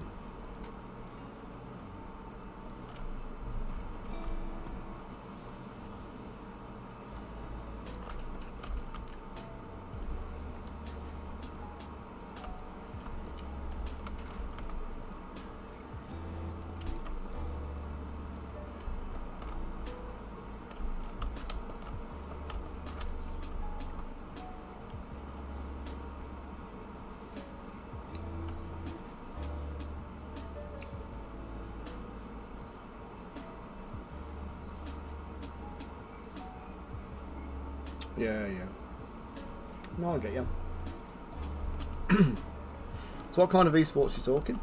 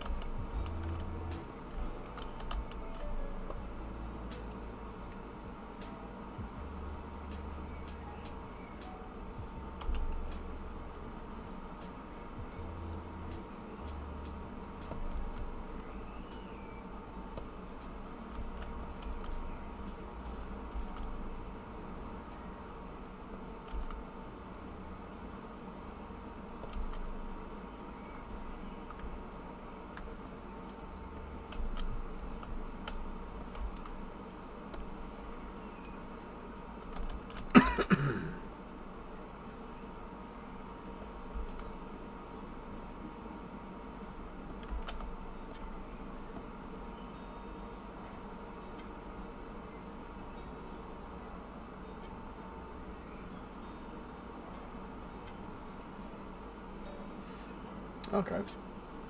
Have you dabbled in Haddo? Is that something you've looked at?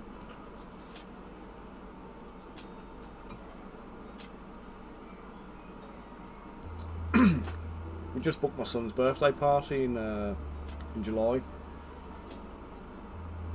It's Haddo, Hado. It's cool, man. Kind of like augmented reality. Yeah,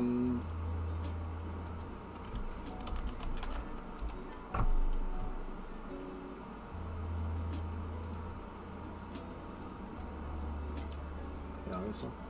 This is it. Just like augmented reality dodgeball.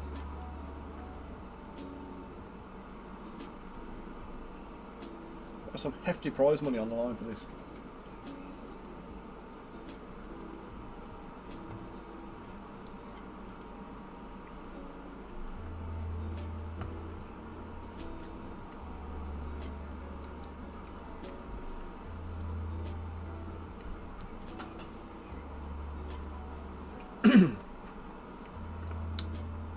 There you go. Yeah, the centres all over the place, but they do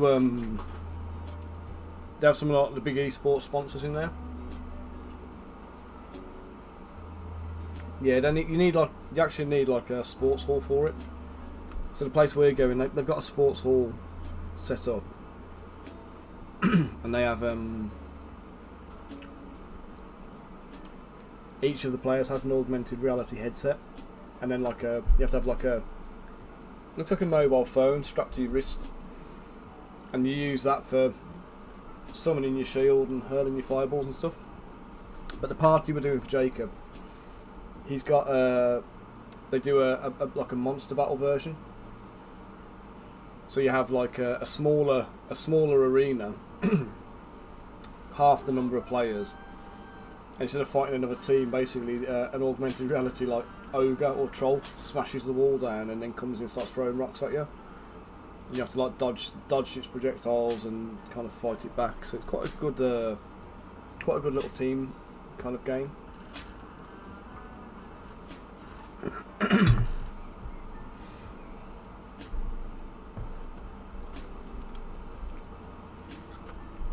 So is yours like a charity type thing then, or?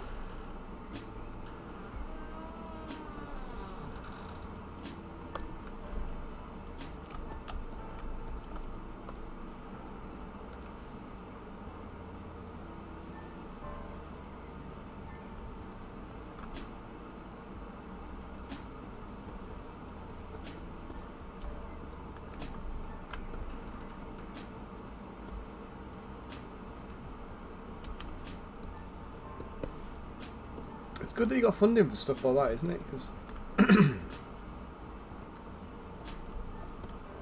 there's still a lot of people don't really consider things like that to be, like, you know, proper things, do they? I mean, like, I imagine when you tell people that's your job, you'll have the same kind of reaction I get a lot of the time. That's not a proper job.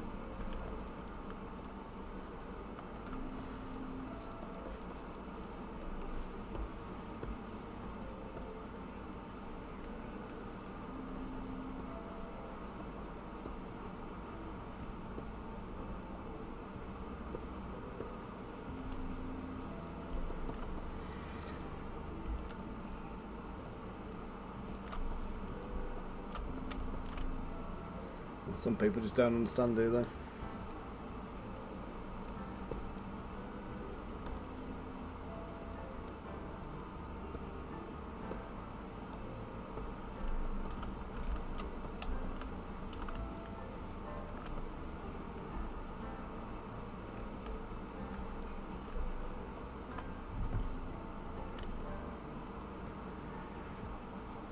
So it's good for immigration.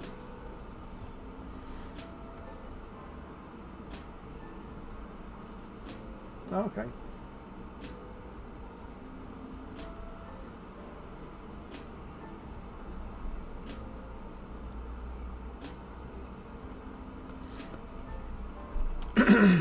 No, that's fair. I get that.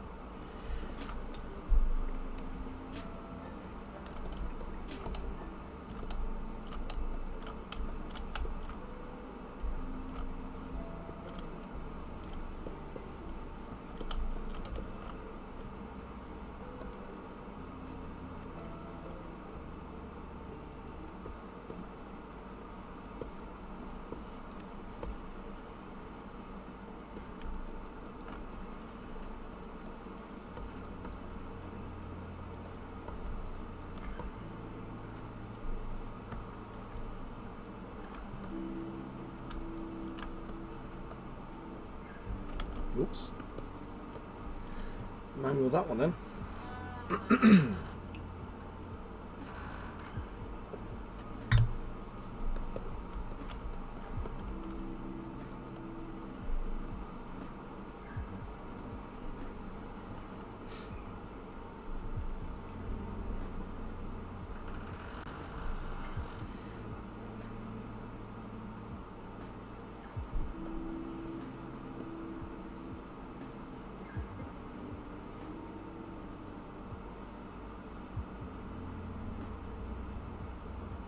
Have I used the hammer already?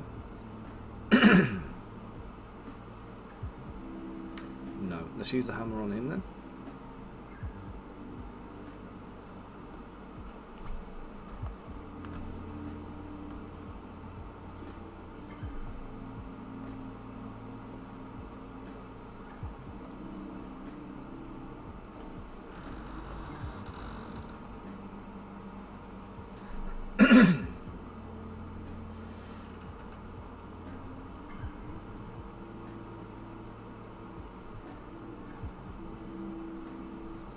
Yeah, I imagine it's good. It's good opportunity to mix as well, isn't it? Because a lot of these kind of things you can do like in isolation and stuff, and they can lead you to becoming a bit introverted and a bit isolated, which obviously isn't good for people.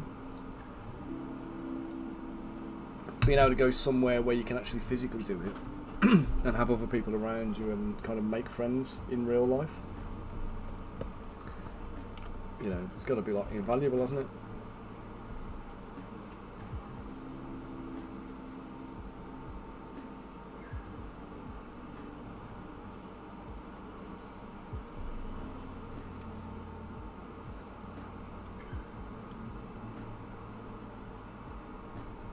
What's CSGO?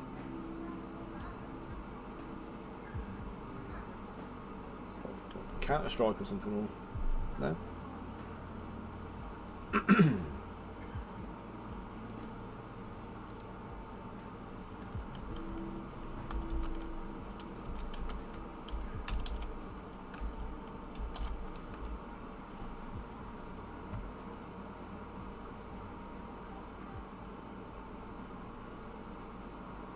Yeah, yeah.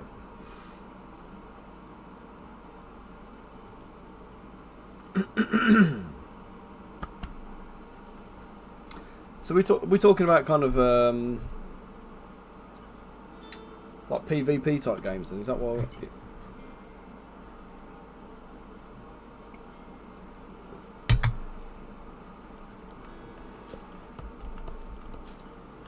there's my hammer.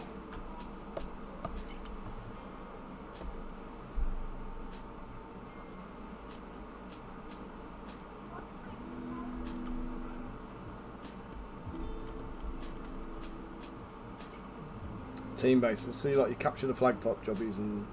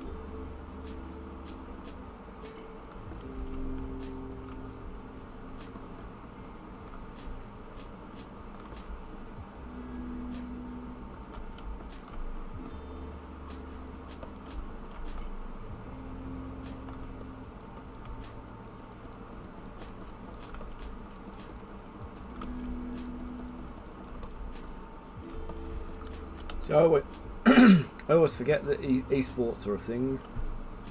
You don't really see an awful lot about it around here. In that kind of context of like the those kind of games, but we have I think it's called Insomnia Festival, and it's like a big kind of esport kind of gaming event type thing.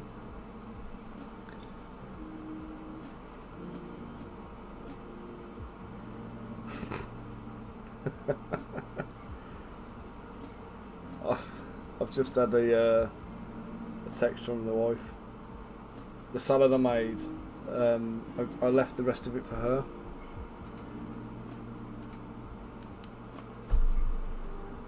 I said to her, I put what I want in my sandwich. Here's the rest of it if you want it. She just sat down to tuck into it and like freaked because she doesn't like wasabi.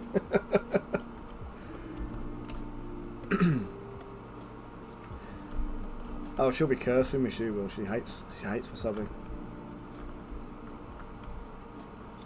I bought some wasabi once, and I put it in the fridge. And one day I went in there and it was gone, and she'd thrown it out. Told me it was out of date, and then I found out afterwards it wasn't that it was out of date. She just didn't want to even have it in the fridge to the point where I was tempted to use it on anything.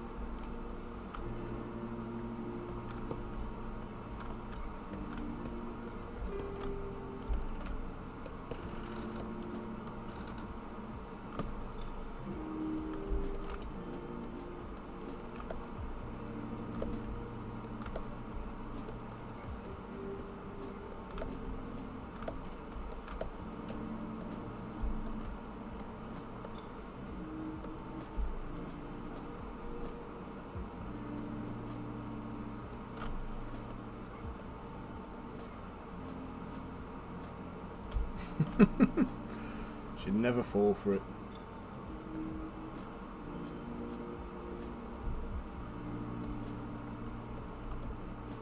Wouldn't stop me trying, of course, but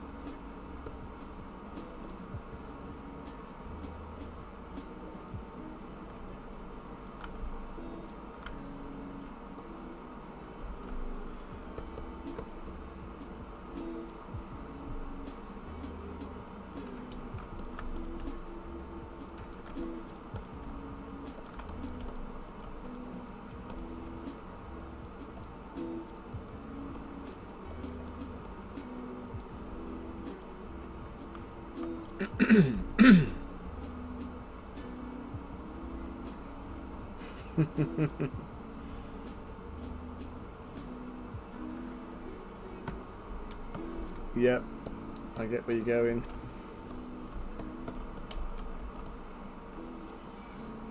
More than your life's worth, and it's to try things like that with your wife.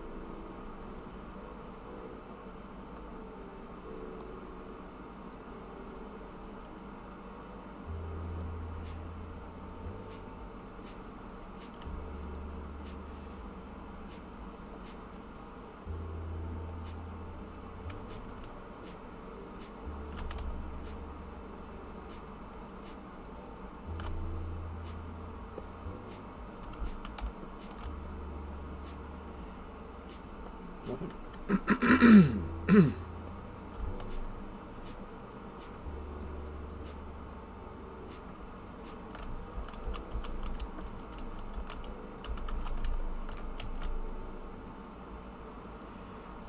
open that one then.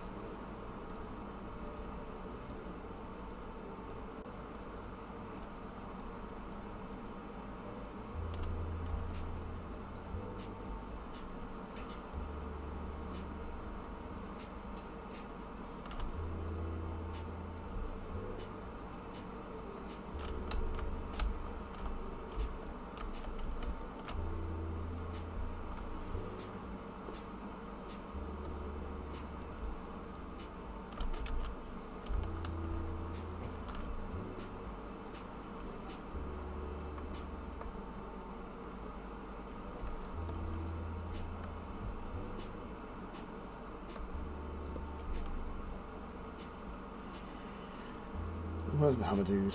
Here he is.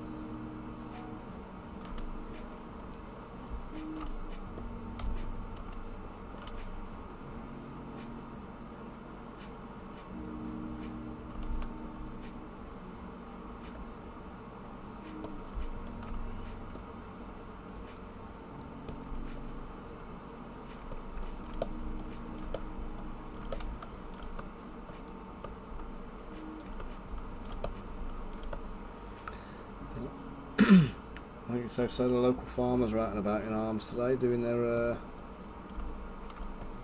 fertilising activities. Getting wicked wafts of manure through the door at the moment. It's just what you want to elevate your summer experience, isn't it?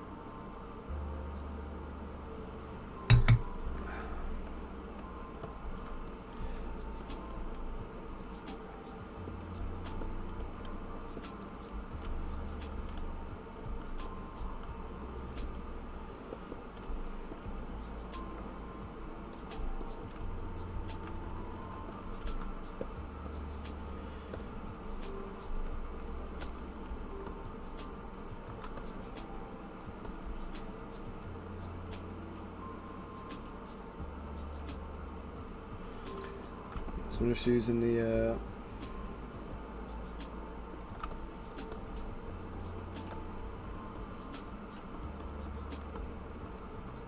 clay tool on an invert mode just to put some divots in the hammer.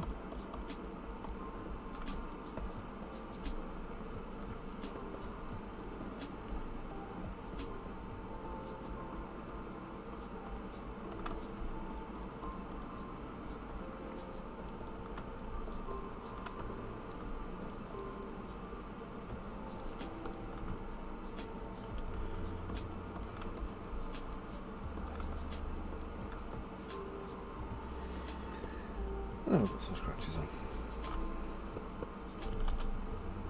After I save it.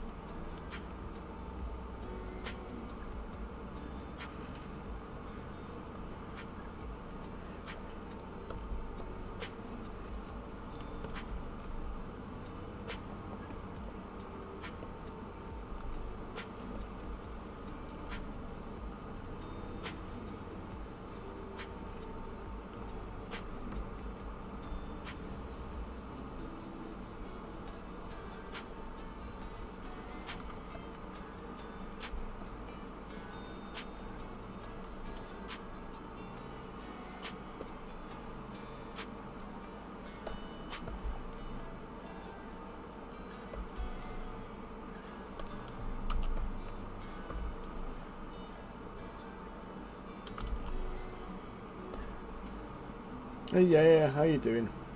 Just doing them now, actually. Just about to do his teeth. Nice and simple one though, because it's going to be big bulk. Obviously, he's a big unit of a guy, but he's still only 32mm tall.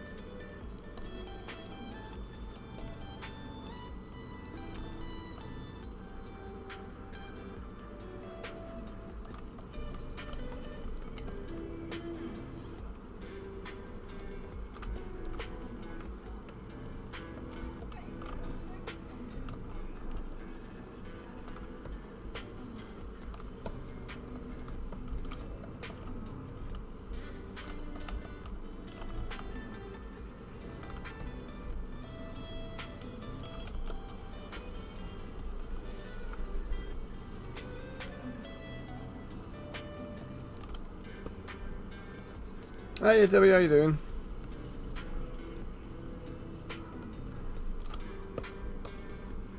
The final phase of the afternoon, we wind down, ready to get the kids soon.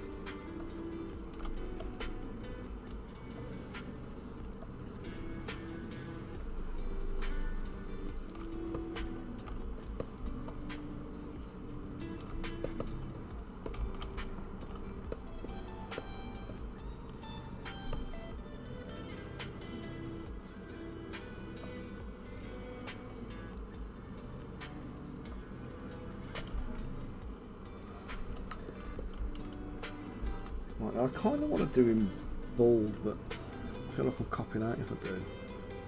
He needs to be there, doesn't he, this guy?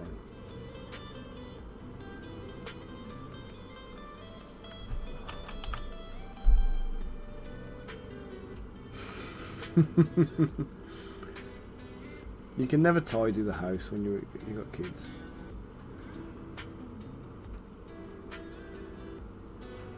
It's not physically possible, is it?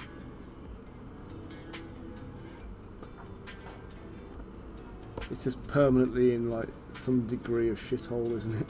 That's you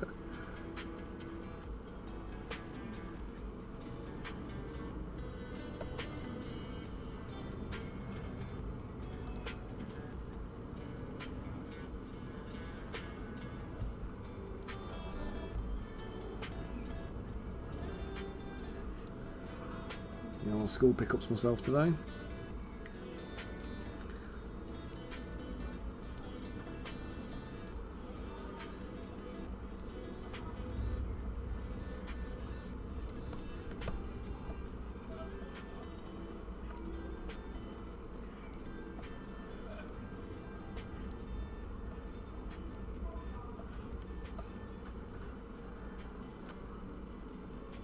Yep, that's just kids, isn't it? Shall I give him mutton chops or anything, or shall I just leave him as that? Don't let me put him in place. Let's put his head in place.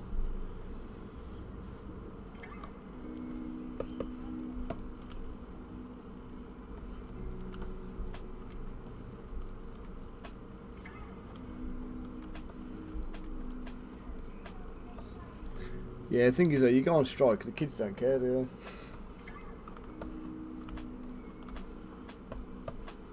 they? Yeah, mum's not tidying, none of us have to either. You're missing the point, kids.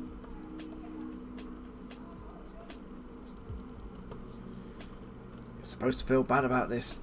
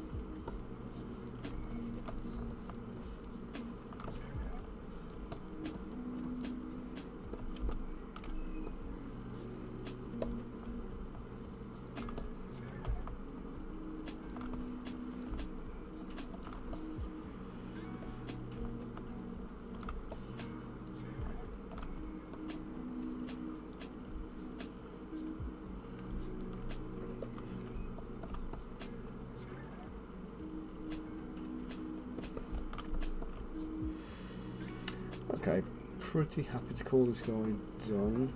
He's going to do a little bit of tattooing on his arm and clothes, some damage.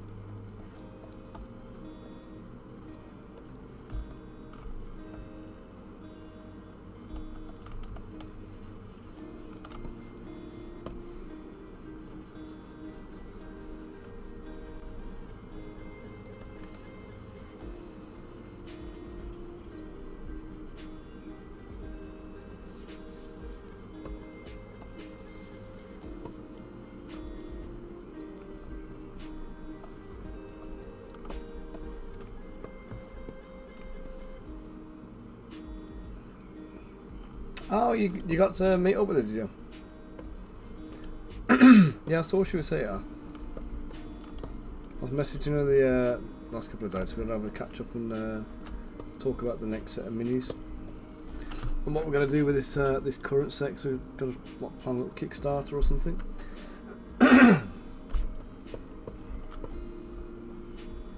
Nice that you got to actually meet her finally.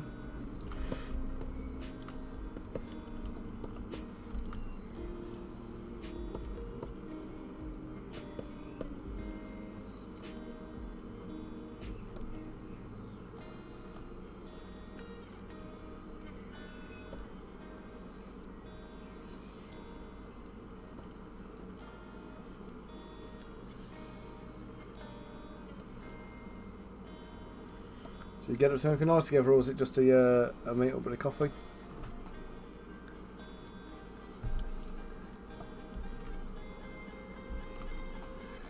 Oh well, they're definitely going to be for sale. That's absolutely the plan all along. So the Winter's Tale stuff, we're going to be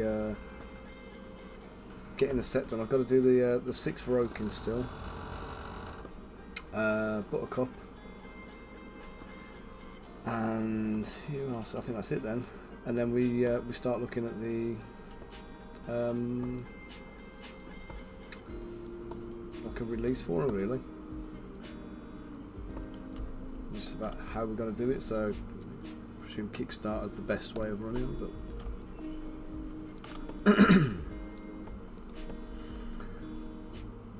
I don't know if AJ's run Kickstarters before, but I think it'd do a brand good to kind of get a couple of Kickstarters under the belt, smaller ones, so maybe we'll keep it low key to start with.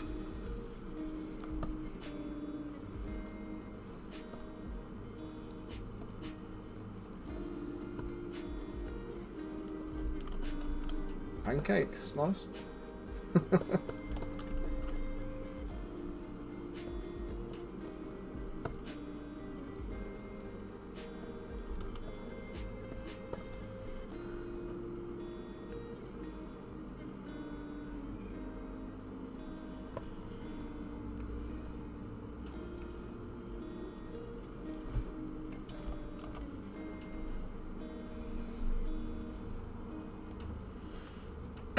So how many people got together then?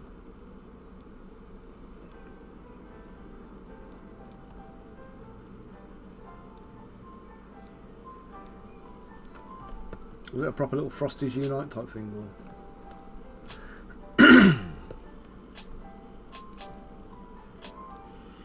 Tell you, this hay fever's really starting to bother me now.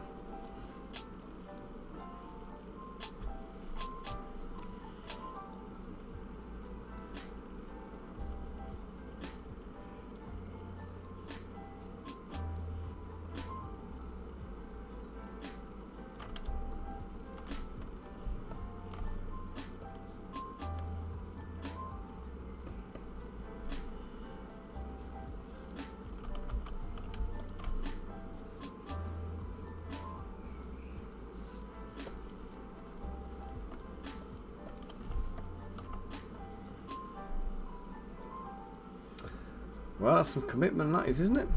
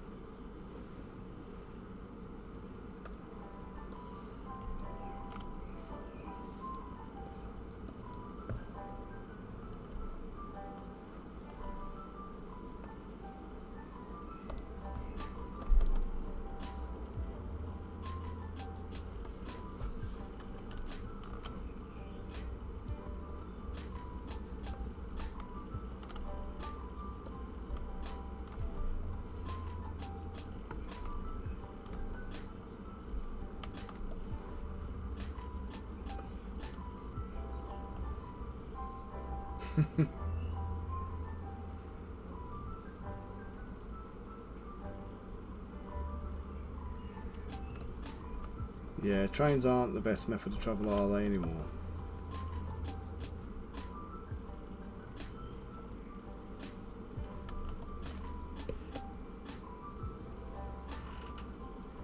Cheers, Deb. Nice little mob to get coming together.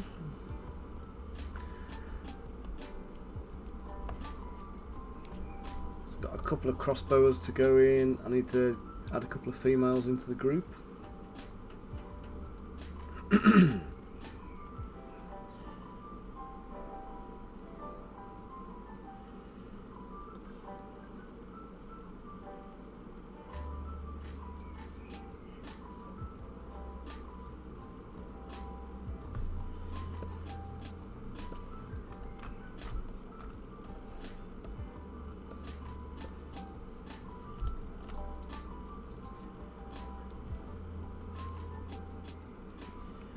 What am I doing for time? Right, we've got about another 10 minutes and I need to start looking at knocking it on the head.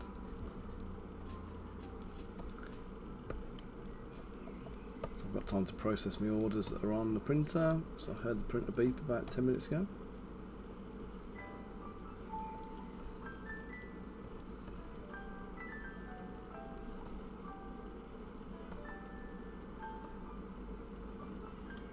Let's get that swapped over.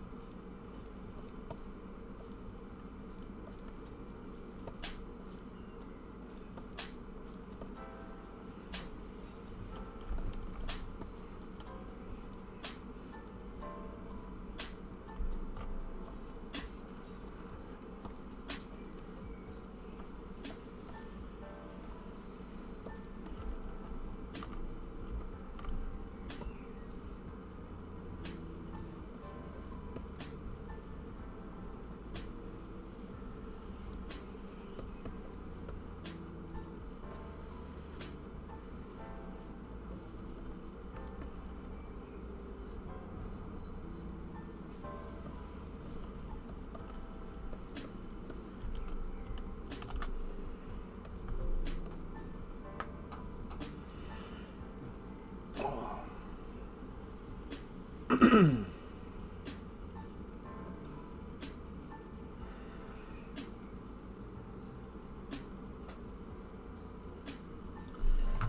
then guys, so I'm going to get the last few of these guys done tomorrow. I might do a little bit tonight as well, to get a bit of time down the office. So 1, 2, 3, 4, 5, 6.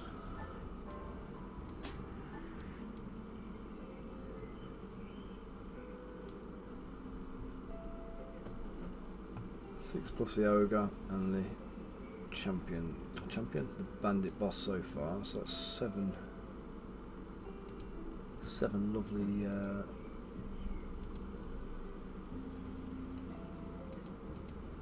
brigands.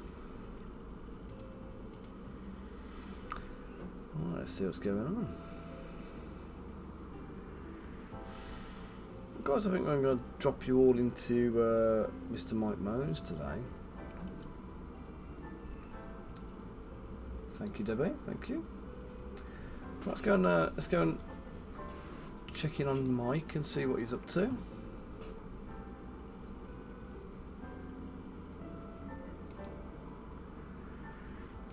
And then I say I may be back. I'll definitely be sculpting tomorrow. Whether I'm streaming or not will be determined by other things. Got kids' assemblies to go to in the morning. Rafu. No, I've got to go and pick up the kids, but I've also got to get the printer cycled over because I've got customer orders in. So unfortunately, I've got to get those done before I go and pick the kids up and then run them to the post office and stuff. So I've just got to try and get things done. But I'll be back tomorrow, and I'll definitely be back on Friday. So Friday, I'm doing something a little different. Let me just show you what I'm going to be working on Friday, actually. So.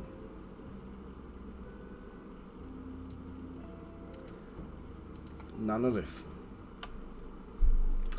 So if you're not familiar with Nanolith, guys, so they did pretty decent funding. It's my friend Max, who we do no, Orbcracks is just the standard one. You can buy it. It's like a plug-in type brush you can buy online. If you search on Gumroad and various other places, you'll see it there anyway. But I use it for tons now. Right, so Nanolith, they did have a few models in the game, but only the player characters, just these ones here. Now I didn't sculpt these original models, but they have come to me and asked me if I can do some of the boss models. So I've got to do this lovely creature. This like spider zombie thing, and another one which I can't see on here. So basically it's all cyberpunky type stuff. I'm going to be working on a couple of the big boss monsters for them. They're going to go out as that's the one, that's the other one I think that's the character there on the book. Right, so if you're about on Friday and you want to see something a little bit different, a little bit cyberpunky, then be sure to tune in. Otherwise, I'll be around on Discord if you want to jump in and have a little chinwag and a chat and post any of your work and keep the banter going. Then we can. And otherwise, I'm going to get this raid going. Where's my button? Let's go, guys.